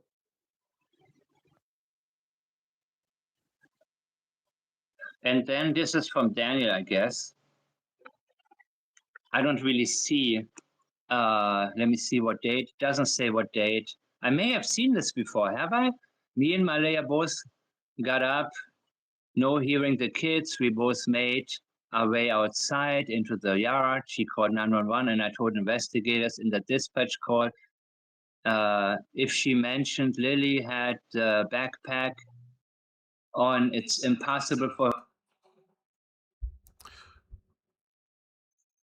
Sarah, Anita mentioned that Cindy left work Thursday night and that Wade didn't know that. Do I have that right? If it happened, if she said that, it's what she said. I don't know, but I know that she talks about it the odd time. But I mean, Wade, I think what she says is that Wade wouldn't know if Cindy left work Thursday night or not. Now, whether or not she thinks she left work on Thursday night, and that's what the 11 p.m. phone call was, she would be in more of a position to know than I would because of the scheduling that she knows Cindy was on based on her being there and babysitting.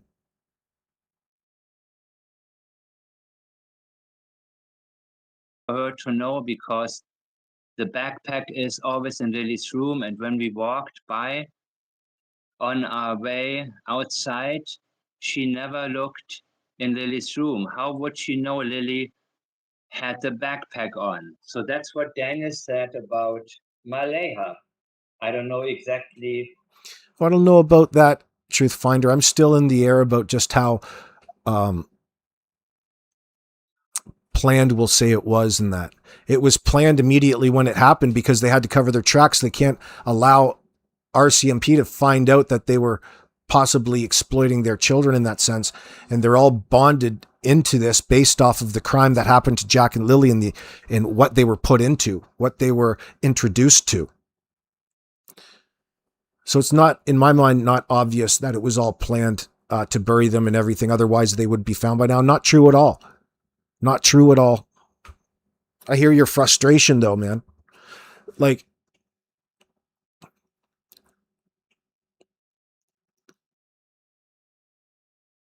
because it just seems that way. Because what do you mean they would be found by now? You know, you don't know where the event happened. You don't know how they disposed of the bodies. This is all information that we'll eventually find out sooner rather than later, hopefully. It doesn't seem to me, well, you could look at it in more of a theoretical sense because look at how they were already abusing and neglecting the kids to a point. It was eventually going to escalate further. The sad part is that the children were unwanted. They were unloved. They were being treated horribly, starved, according to their own family members. They were in desperate need of being taken out of that environment.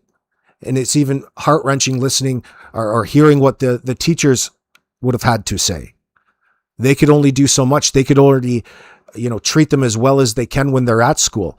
But the kids already expressed how discontent they were by going home, the problems that they had at home. The far goes beyond what they were able to communicate to teachers, because most of it, they're probably not going to understand. Lily probably understood enough. They both didn't like it, but they were both probably unable to articulate exactly to the extent of the abuse.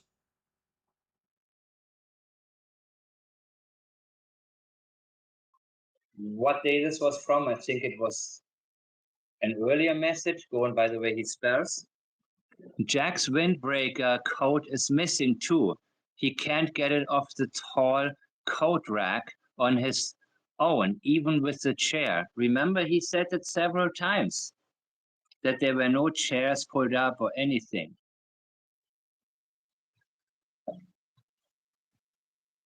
Kat, I sit and go over that day in my head over and over. 3 overs, okay. Is still missing persons case, not abduction.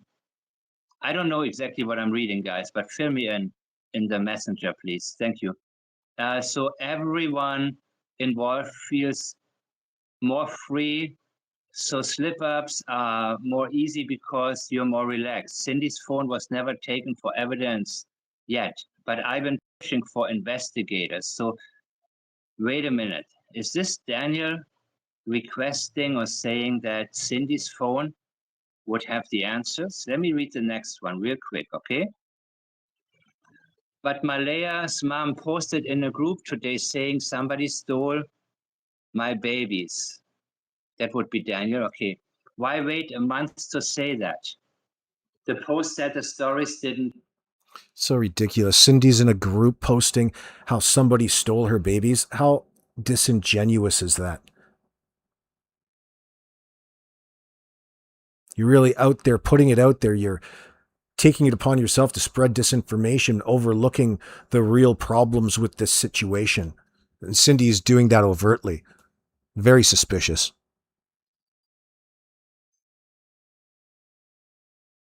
Line up. I know why. If it's true, I know what it is. So what is it, Daniel? Why are you withholding something? Are you just trying to sidetrack us, or are you withholding evidence? I know something, but I won't tell you. Let's see the other one. Oh, I got this one already. What? Yeah, you know what, Sarah? I vaguely remember her saying it in the past couple of days, but I don't recall enough to speak on it. I'll go back and listen now that you mentioned it, because now you piqued my interest. About Cindy's car leaving work. I'm not sure how she phrased it, or she's saying it exists, or how she would know that. What does it tell you guys? I'm gonna look real quick. I have no doubt that if she did, and it did happen, that footage of it would exist. That. And it's him just talking to some girl, and she sent them to me. Okay, great. That was her. That was Daniel talking to some girl who forwarded to my friend, the person who's saying it, who sent it to me. I mean, ugh.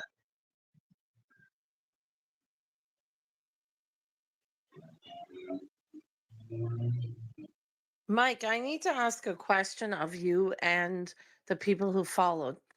And I'm not sure, and correct me. The Brandon gentleman, Uh-huh. I believe. No, it's not derailing me at all. It's just the fact that I've come to learn that, especially with Anita quotes, I don't like relying on my memory. I just fucked that up trying to rely on my memory over this this Harvey McKenzie statement, whether if it was just Thursday or when it was during Thursday, but come to find out it's Thursday evening was something that came from allegedly his lips, which hones the time frame down. So I'll go back and listen to Anita again, though. He was there before police and searchers, and he stayed to tell them what he witnessed. He didn't go home and like say it later. And something else that I forgot to mention, but I was told this by the family, Cheryl was not far fishing. And I find that very strange. Or it could be suspicious. Did she leave and pretend she was fishing and put on Who? her? Cheryl was out there Oh, fishing. really? Yes. Who said that? Police? Cheryl was out there fishing. Mm. If Cheryl was fishing, I think she pretended to look busy, doing something other than what she was there for, possibly, in her case. Now, as for Brandon, maybe he's an outdoors man who was in the area. Maybe he was fishing. I believe I No, he heard that was. before. He Hmm. was out there. He was. And that's what And he you, does. And that's normal behavior for him. exactly. Now you're catching on. Exactly. It's a pattern. It's part of the pattern. I don't think it's part of Cheryl's pattern to go fishing. I really don't think so. Correct me if I'm wrong, but I don't see her as somebody who goes out there and, but hey, stranger things have happened. So, okay, I'm going to go back into this message right now and And see Mike, if I I have can. to protect Emily a little bit. Emily is very, very young. She's very underage. So, this I is, think at this time she was only 14. I think now she's 15. So mhm, Emily is, we don't know what she told police or not. So mhm, she needs to be protected because she would be a fragile little girl. And she did leave Hayden after. And the background of Emily is, I don't want to get her in trouble. She babysat the children sometimes at Mrs. P's house, and Emily is very valuable because she witnessed things that she wouldn't agree with, and she really, really had a favor to Lily and Jack. So okay, we need to protect her. She needs to be protected in every way. And yes, I told detectives that, and I hope she is safe and protected. gotcha. Okay, I'm going to do a couple of things here. If you have something to speak on, I mean, we can keep it short today. I just felt like I need to share this real quick and let you guys see it because, yeah, I'm just gonna read them. Somebody said, "Was Cheryl there fishing? Is she not from Truro?" No, she's from Brookfield, but it's a little bit of a ways away. And trying to read. Somebody said they stuck up for me. Thank you. Let me see her name. Robin Edwards. I will say that I stuck up for Anita today in another chat. If she's rage baiting like some say, then all the power to her. Mike, I don't even know what rage baiting means. And I think they mean when I go back at like Janie or argue back. No, that's just me no, doing. That's what I'm doing. there's no, listen to me, guys. She is not rage baiting. This is how she is. I know by now.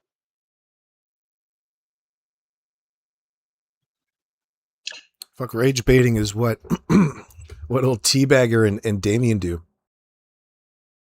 And if somebody accuses somebody of rage baiting, then, maybe you shouldn't pay attention to it. Maybe you shouldn't even honor this with a repeat because what she's doing is functioning as a witness, an open witness who's telling us what she witnessed. It's very simple. So whoever comes up with these claims that she does drugs or that she rage baits, it's not worth repeating. What is that, Mike? What is rage baiting? It's not even worth, you see, I feel dirty repeating the language of these people, man. I really, really do. And that's when I realized that people are so involved in listening to that. It means that you on purpose say shocking things that are not true in order to get a response from people. Or that you don't care whether or not it's true, just to get a response from people. So No, again, no. I don't watch these channels, people. So for me, it's not even Well, river rat. It's just a funny term, but Anita doesn't have to rage bait anybody in that sense. Neither does Brandon. It happens the other way around. You notice, even here and on Mike's, we're bound. Our agenda is the truth, finding out the one truth, not a person's opinion of it, not a side, like Janie likes to say, her side of the truth. No. We want the truth. Anita doesn't have the need to be rage baiting anybody. She hasn't been rage baiting anybody. Rage baiting has to do with falsehoods, going for the shock factor that elicits some sort of response from an individual based off of things that weren't true. You don't have to do anything. You just have to ask Anita or Janie some questions and she rages out. Truthful questions. Worth repeating, to be honest with you. And I like to keep my, I like to keep our community very clean.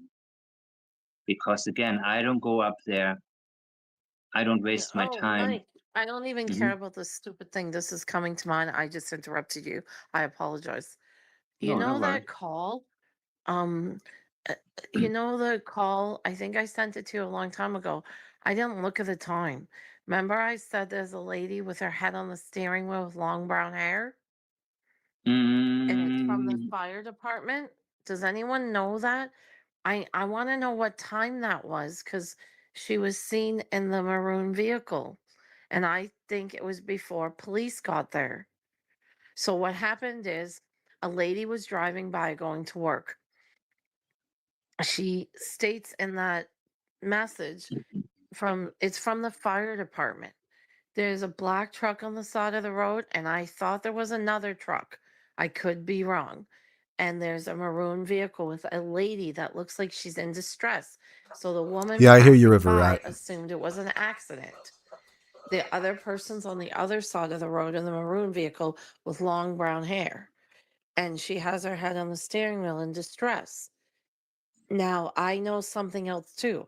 There's another person that was never mentioned that she told me she was out there, but I don't know what time she was out there. And that would be Cindy's friend. But I don't know what time, and I don't really want to say her name because I would like to think she's not involved, but I don't know. The call to the fire department or whatever, I don't know how it works because it's rural. Sometimes in rural Yeah, you call 911 and you can get the fire department, ambulance, police, whoever they got the dispatch hooked up to. The first responders are all treated the same in these circumstances in a lot of areas. places, if you call 911, it might have went to the fire department.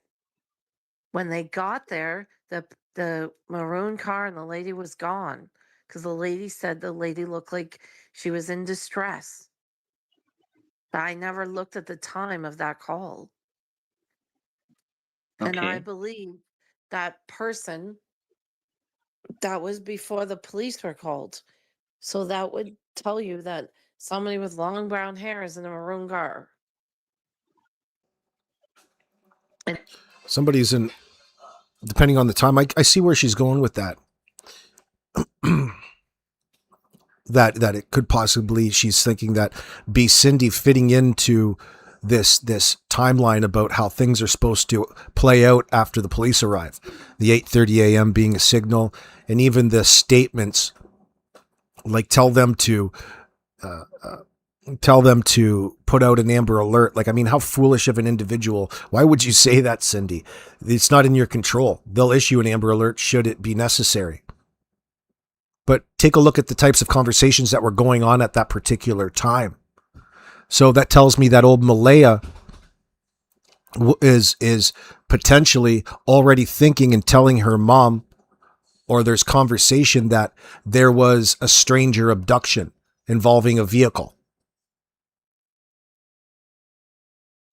They'll just issue an Amber Alert because you can't find your child. You still don't even know what's going on according to your CB or your CTV interview, Malaya. You got it all fucked up, honey. Your story's bullshit.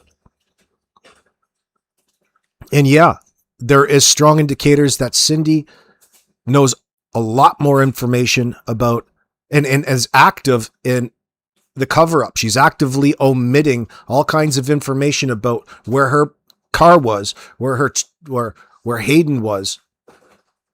Not that that's her responsibility at that point in time, but still, Hayden out there sounds like with her car. Did Hayden borrow the car while she was at work? Who knows? Don't know how this fits in.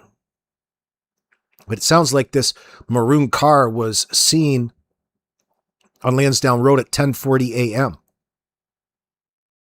Now, how does Cindy fit into all of this? Who knows? Like Anita says, maybe it's just has nothing to do with it. But it's too juicy. There's too many similarities showing up to ignore it. I get what she's saying. And that, did you look at I'm positive you looked at the property. When I went there, where you turn to go to that little street where the little bridge is, Mm-hmm. just down from the house, she was over on the bridge side. The two vehicles were on the opposite side. If I remember right, it was a black pickup truck, and I thought it was a blue. If that's the case, that tells me everything right there. Everything. Right.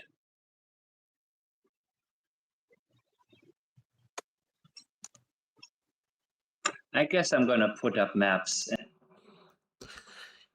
Yeah, River Rat. Comment, yes, Danny scrapped one car. More than that, he smashed up 2 or 3, but he scrapped the Dodge Journey, wasn't it? Cindy got rid of 1 car. Garage burned down. Yeah, Kent's. Didn't a black house burn down too? I'm not sure if that did, but there is reports of maybe one out on Montreal Road, but I've heard that there is fires. The dead dog, the diaper dump, bloody child's underwear, the sock with feces, not to mention the pink shirts hanging in the trees at different spots, the other assortment of children's clothes at these particular spots as well, and the magically appearing blanket that would tie all of this child's clothes evidence together. It's found in the spot with all of this. You got it right, River Rat. You're on the right track. Not to mention the garbage bags and the star found down on that little bridge between Wayne and Harvey's over the middle river of Pictou. And I'm going to make some changes here for something I'm going to post later, because I think, give me 1 second, guys. And Mike, if the police weren't called till 10, I'm just speculating, till 10. Yeah. And you were out there at 7:30, 8 o'clock in the morning. Well, you want to talk about, we'll mention it again, Truth Finder. It's not necessarily directly the fact that she's not panicking or behaving in an expected manner, but it's what she says that's so damning to her at this point. Remember, she said the kids may have left the property. The first thing that she told them, she's not even sure as to why it is that she's calling them. The kids may have left the property. They took their boots. They're possibly autistic.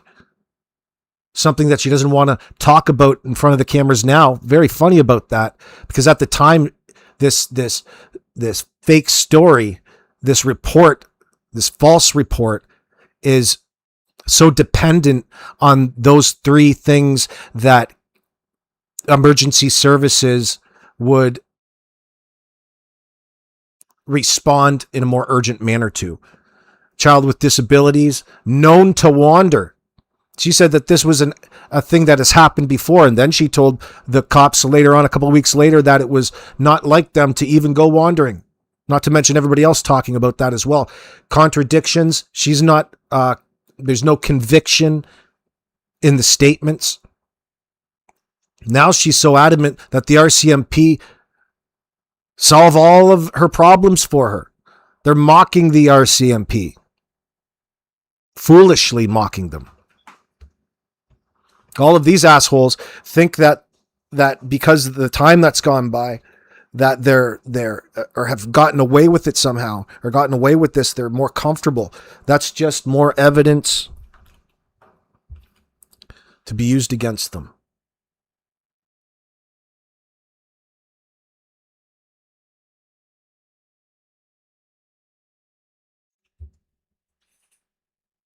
Morning. You did what you had to do. You have time to make it home, shower, change, and go back. You do. And do you guys remember when Daniel one time said in messages, in private messages, how did Cindy get there so early? Now later, whenever, that wouldn't be that early, but he suggested in the very beginning when he was angry with Malaya, how did Cindy get there so early? They're already talking about it. Because it stands out to them and it might be a problem in line with their alibi, and they want to be the first to highlight the issue and point suspicion at the other person to continue to further obfuscate the crime scene and situations. Now, it's important to note that the evidence that Brandon located, all of the clothing that was found stood out to him as not being out there very long, suggesting that it was disposed of there, planted there. It would be really interesting to know what sort of evidence that they pulled from these blankets and shirts all strewn about. It would suggest all kinds of people destroying evidence, getting rid of evidence and destroying the markings and the trails that lead from Gairloch Road to those specific places and beyond. Now, it's not so much that Daniel and Malaya handed them off to unknown dangerous assailants. Those assailants would be probably Darren Geddes, Kent Corbett, maybe, I don't expect Jordan, but maybe even Jordan. But definitely Darren. The dangerous individuals that they possibly arranged for a meeting in exchange for drugs or money for drugs. You're already and have already met the individuals. That would be what bonds them into covering up on their behalf and coming up with this alibi and ridiculous story.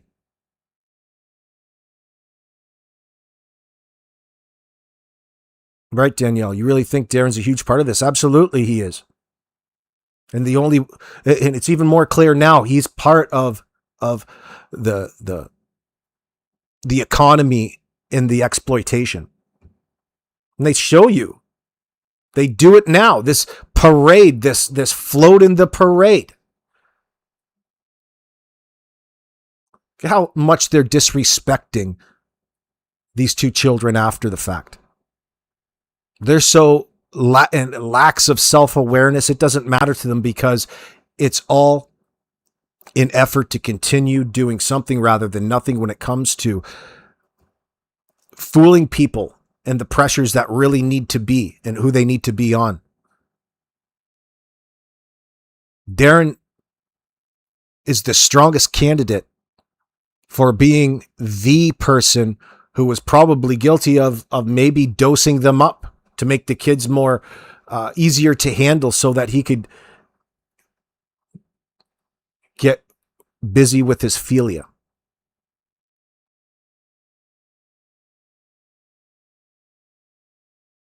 No, Darren's been around. He knows everybody. He knows all the chomos and child molesters. Probably has a little black book with them all in. He's got a little collection of SD cards, all kinds of CSAM, no doubt. He fits the type, not to mention his own statements that have given himself away.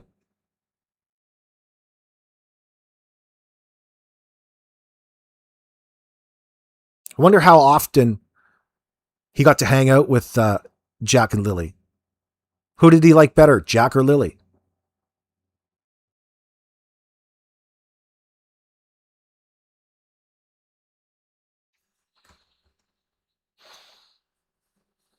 Remember that, people?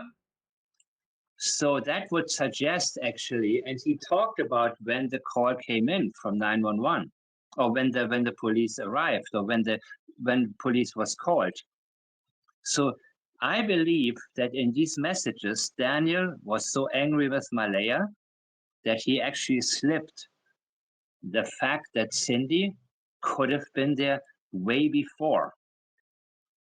I know you guys. She was Mike.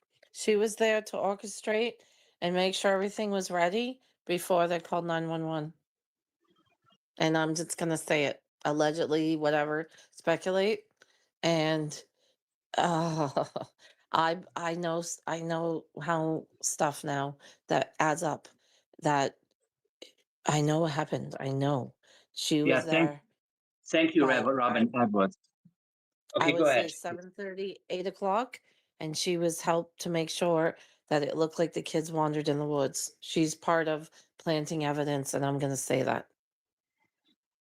And remember, Just to interrupt Anita there, Truth Finder, you know what's interesting? When you go back and read the affidavit and Janie's statements, don't overlook it in the first little part there, I think in paragraph C.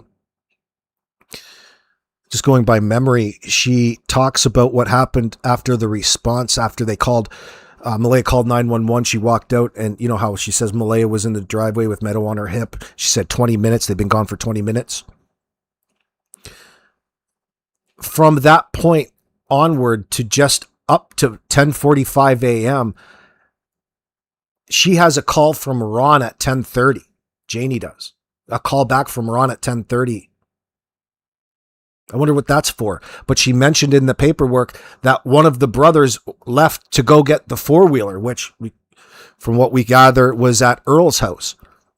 That would put possibly Alvin or whoever was there, Ron or Alvin, going back past the point where the blank or the pink shirt was in the tree, and Brendan eventually saw them doing something.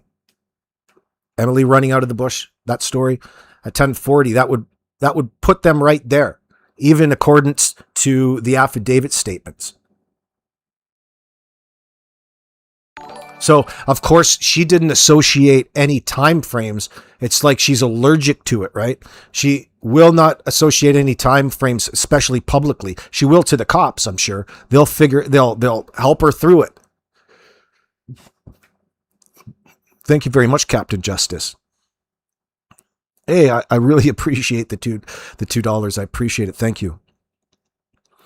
So, in spite of them staunchly denying this tip, it's putting them right in that area at that point in time. Even more reason to add credibility to the eyewitness account that day for the public. Impossible to ignore.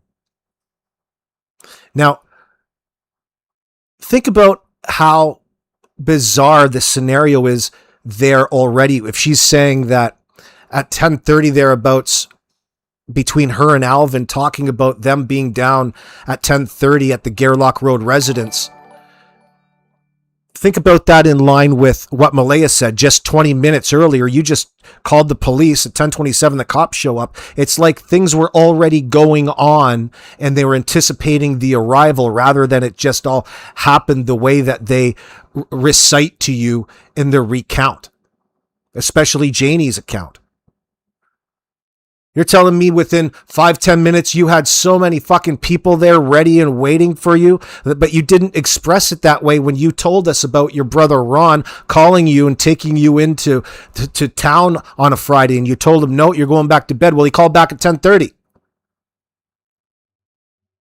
There's so much more that they're omitting. Conflicts.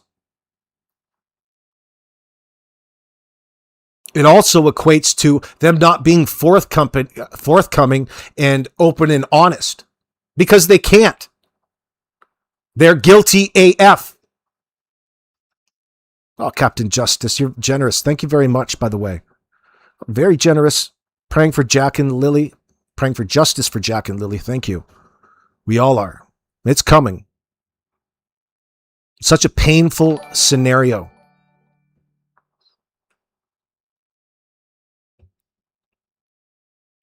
But I believe the RCMP when they say our collective efforts will continue every day until we determine with certainty the circumstances surrounding Lily and Jack's disappearance. I believe that they're working every day. But I also believe that takes a fucking long time in light of trying to come to some sort of conclusion in this case. This is just the way it goes. Why is it taking so long? Because they have no reliable evidence. There's nothing that they can trust. The good news is that they know where to look. They just have to build this case from zero. And the case is building against them. It's the only people to blame. The only people responsible.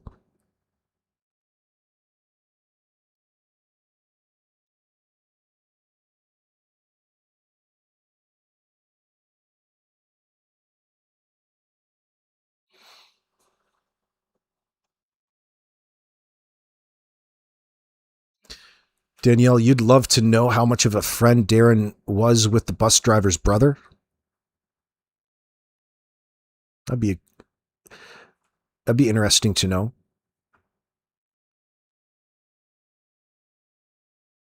Knows everybody, doesn't he? Now she has two children involved. And this is why I have such hate. Why they're coming after my business. This is why they want to get me. This is why they're doing everything to discredit me. Because if this is the case of what I'm saying, then this Right. person is in big trouble. And not only will they lose their job, they're probably going to go to prison too. And no wonder why she looked at me and said, if anybody solves it, it's you. And she kind of said it like mean, but then I understand now when Hayden kept saying to me, my sister's lying and why she hung up the phone. She doesn't want Hayden to tell me, mom came out there because I was out there Right. and we're all going to get in trouble. And I know what he would say to me, Anita, you can't tell because mom's going to get in trouble, all of us. Yeah. Yeah. I mean, I do believe they all, yeah, I completely, there are so many things in the beginning, guys, that didn't make sense. Or, And there's another one that strikes my interest as well when it comes to, well, what I think I know through Anita's statements. And there's a contradiction, but not in the way that it's being told by Anita. She points it out that there's a problem because when she first went down there, Cindy told her that it's been ages, like 8 months since it was the last time that she really saw Jack and Lily.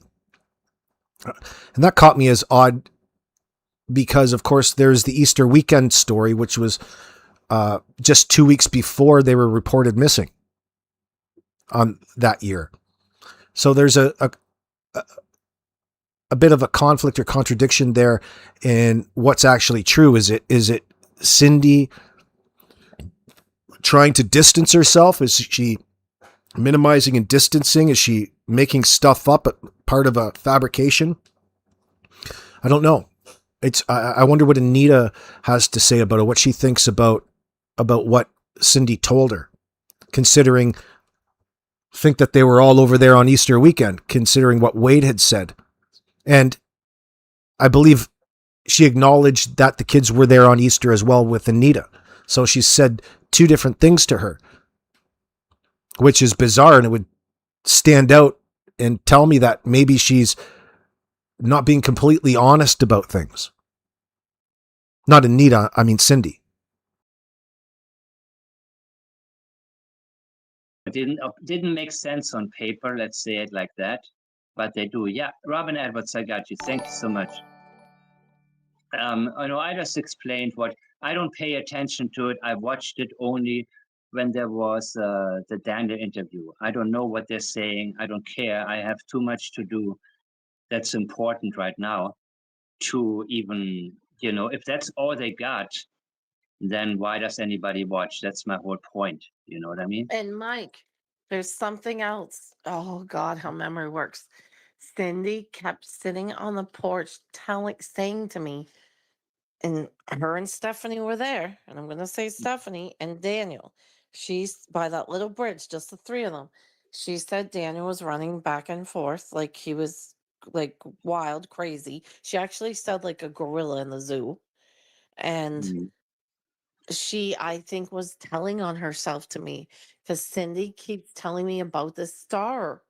And I didn't know what the hell she's talking about. And Okay. later on, I understood. I didn't follow the case. I believe, and correct me if I'm wrong, I'm just speculating. When she's talking about this star, I assumed it was a star like that kids get on schoolwork. When later, when I started to think, then it's a star that might have fallen off one of the jackets. Yeah, and again, go ahead. That star could have been a star that fell off one of her rubber boots. Evidence that was shoveled up in the driveway and later disposed of, perchance. And now I can understand why she would sit there and kind of mumble to herself. And yes, I'm sitting there, but sometimes I pretend I'm half asleep or rocking the baby. Now I can understand why she's so stressed, why she looks completely different, why she's smoking constantly, why she's so angry with me. I Right. understand. I do. I understand why the camera was in the kitchen now, why she wants to listen to what me and Wade were saying. Yeah. And I People, understand now why she probably traded in that car so fast. So she's making it out like there's a lot of distrust within that home between Cindy and other people. All of a sudden, her level of paranoia raised a lot and needs to know the conversations going on so nothing gets by her. Yeah, it's a suspicious thing. absolutely. Absolutely. Yeah. And people have many different ways to give themselves away, people. Many different ways. Linguistically, of course, but in many other ways. And basically, when they are acting out of pattern, meaning when something unusual happens, look for anything else that's unusual that's happening. People who act differently, people who use different type of language, anything that stands out. You see, example, Janie on Friday goes to town, but she didn't that Friday. These are the types of things that I'm always looking for. Anything that's, even if it can turn out not to be anything. Yo, Captain Justice, thank you, and Trail Hiker, thank you for being generous today. Yeah, you say the camera in the kitchen is sus as hell, in my opinion. Yeah, over listening to conversations. What you so worried about, girl? Yeah. I mean, it's a suspicious thing. So I'm starting to understand why Anita is so adamant that Cindy plays a far larger role in all of this. But we need to pay attention. That's all I was. Mike, I assumed, which I know better than assume. I Yeah. really don't know who put that stuff in the laundry room. I Mm-hmm. assumed at that time, I speculated that it was Malaya, but I could have be very, very wrong. Let's not forget about what Wade observed while he was over there with, was it a coat and another shirt, children's clothes, sitting in the back window or on the car. He thought that it stood out. It was very strange. Wouldn't that fall in line with them out there disposing of certain evidence, and it falls in line with all of the other disposal sites of children's clothes, etc.? It does in my mind. And now I understand why they hate me and want to not only silence me, and then the Mm-hmm. last ditch effort was for Not to mention the course they're talking about in their statement.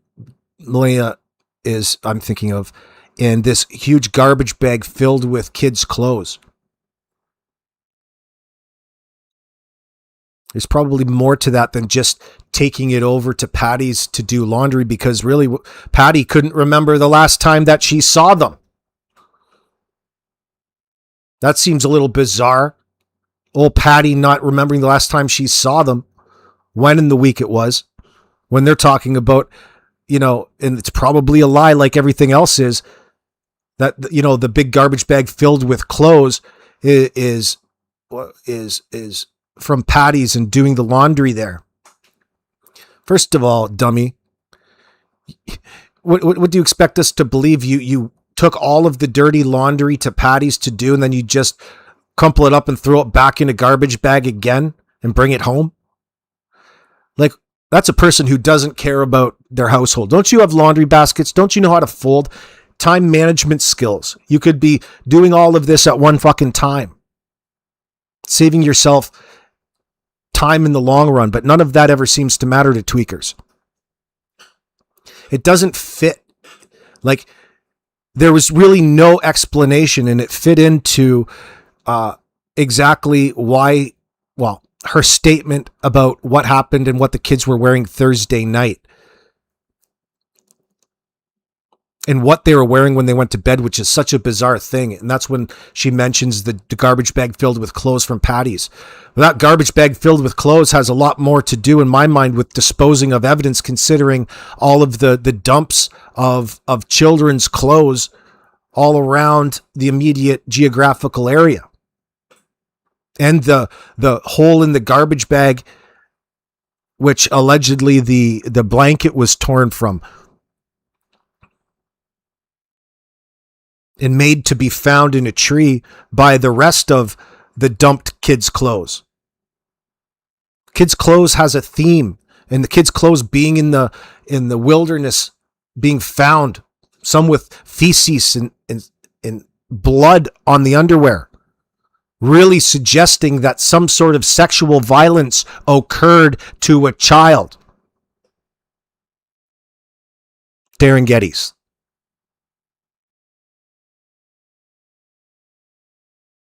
Or tend to call me and see if they want to speak to me, and I think it's best because the investigation's ongoing that I don't have any contact with anyone involved Don't. in any When way. exactly. People like Tim don't say one word, not one word, period. They have to answer questions. You don't owe anybody an answer because you've already stated what you had to state. Unless it's law enforcement, unless they're telling you you got to come in and sign something, whatever, well, that's a different story.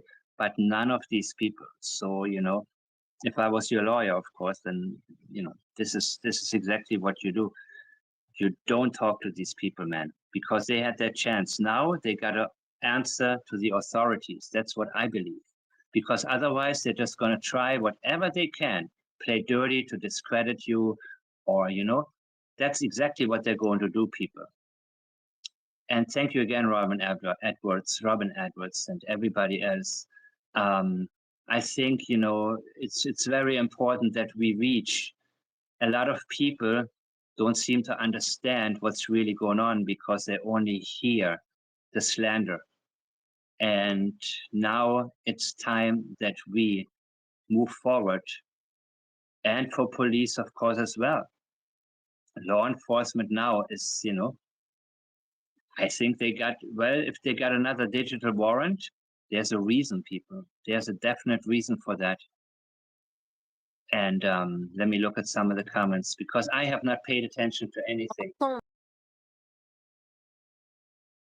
And that's the circle. That's the mention of the added digital warrants. But what he's referring to is the judicial authorization to search the inner circle's devices and records. Cloud records, app records, all kinds of things. Pre-disappearance, the day of the disappearance, post-disappearance. It would all be so very interesting to see all of that.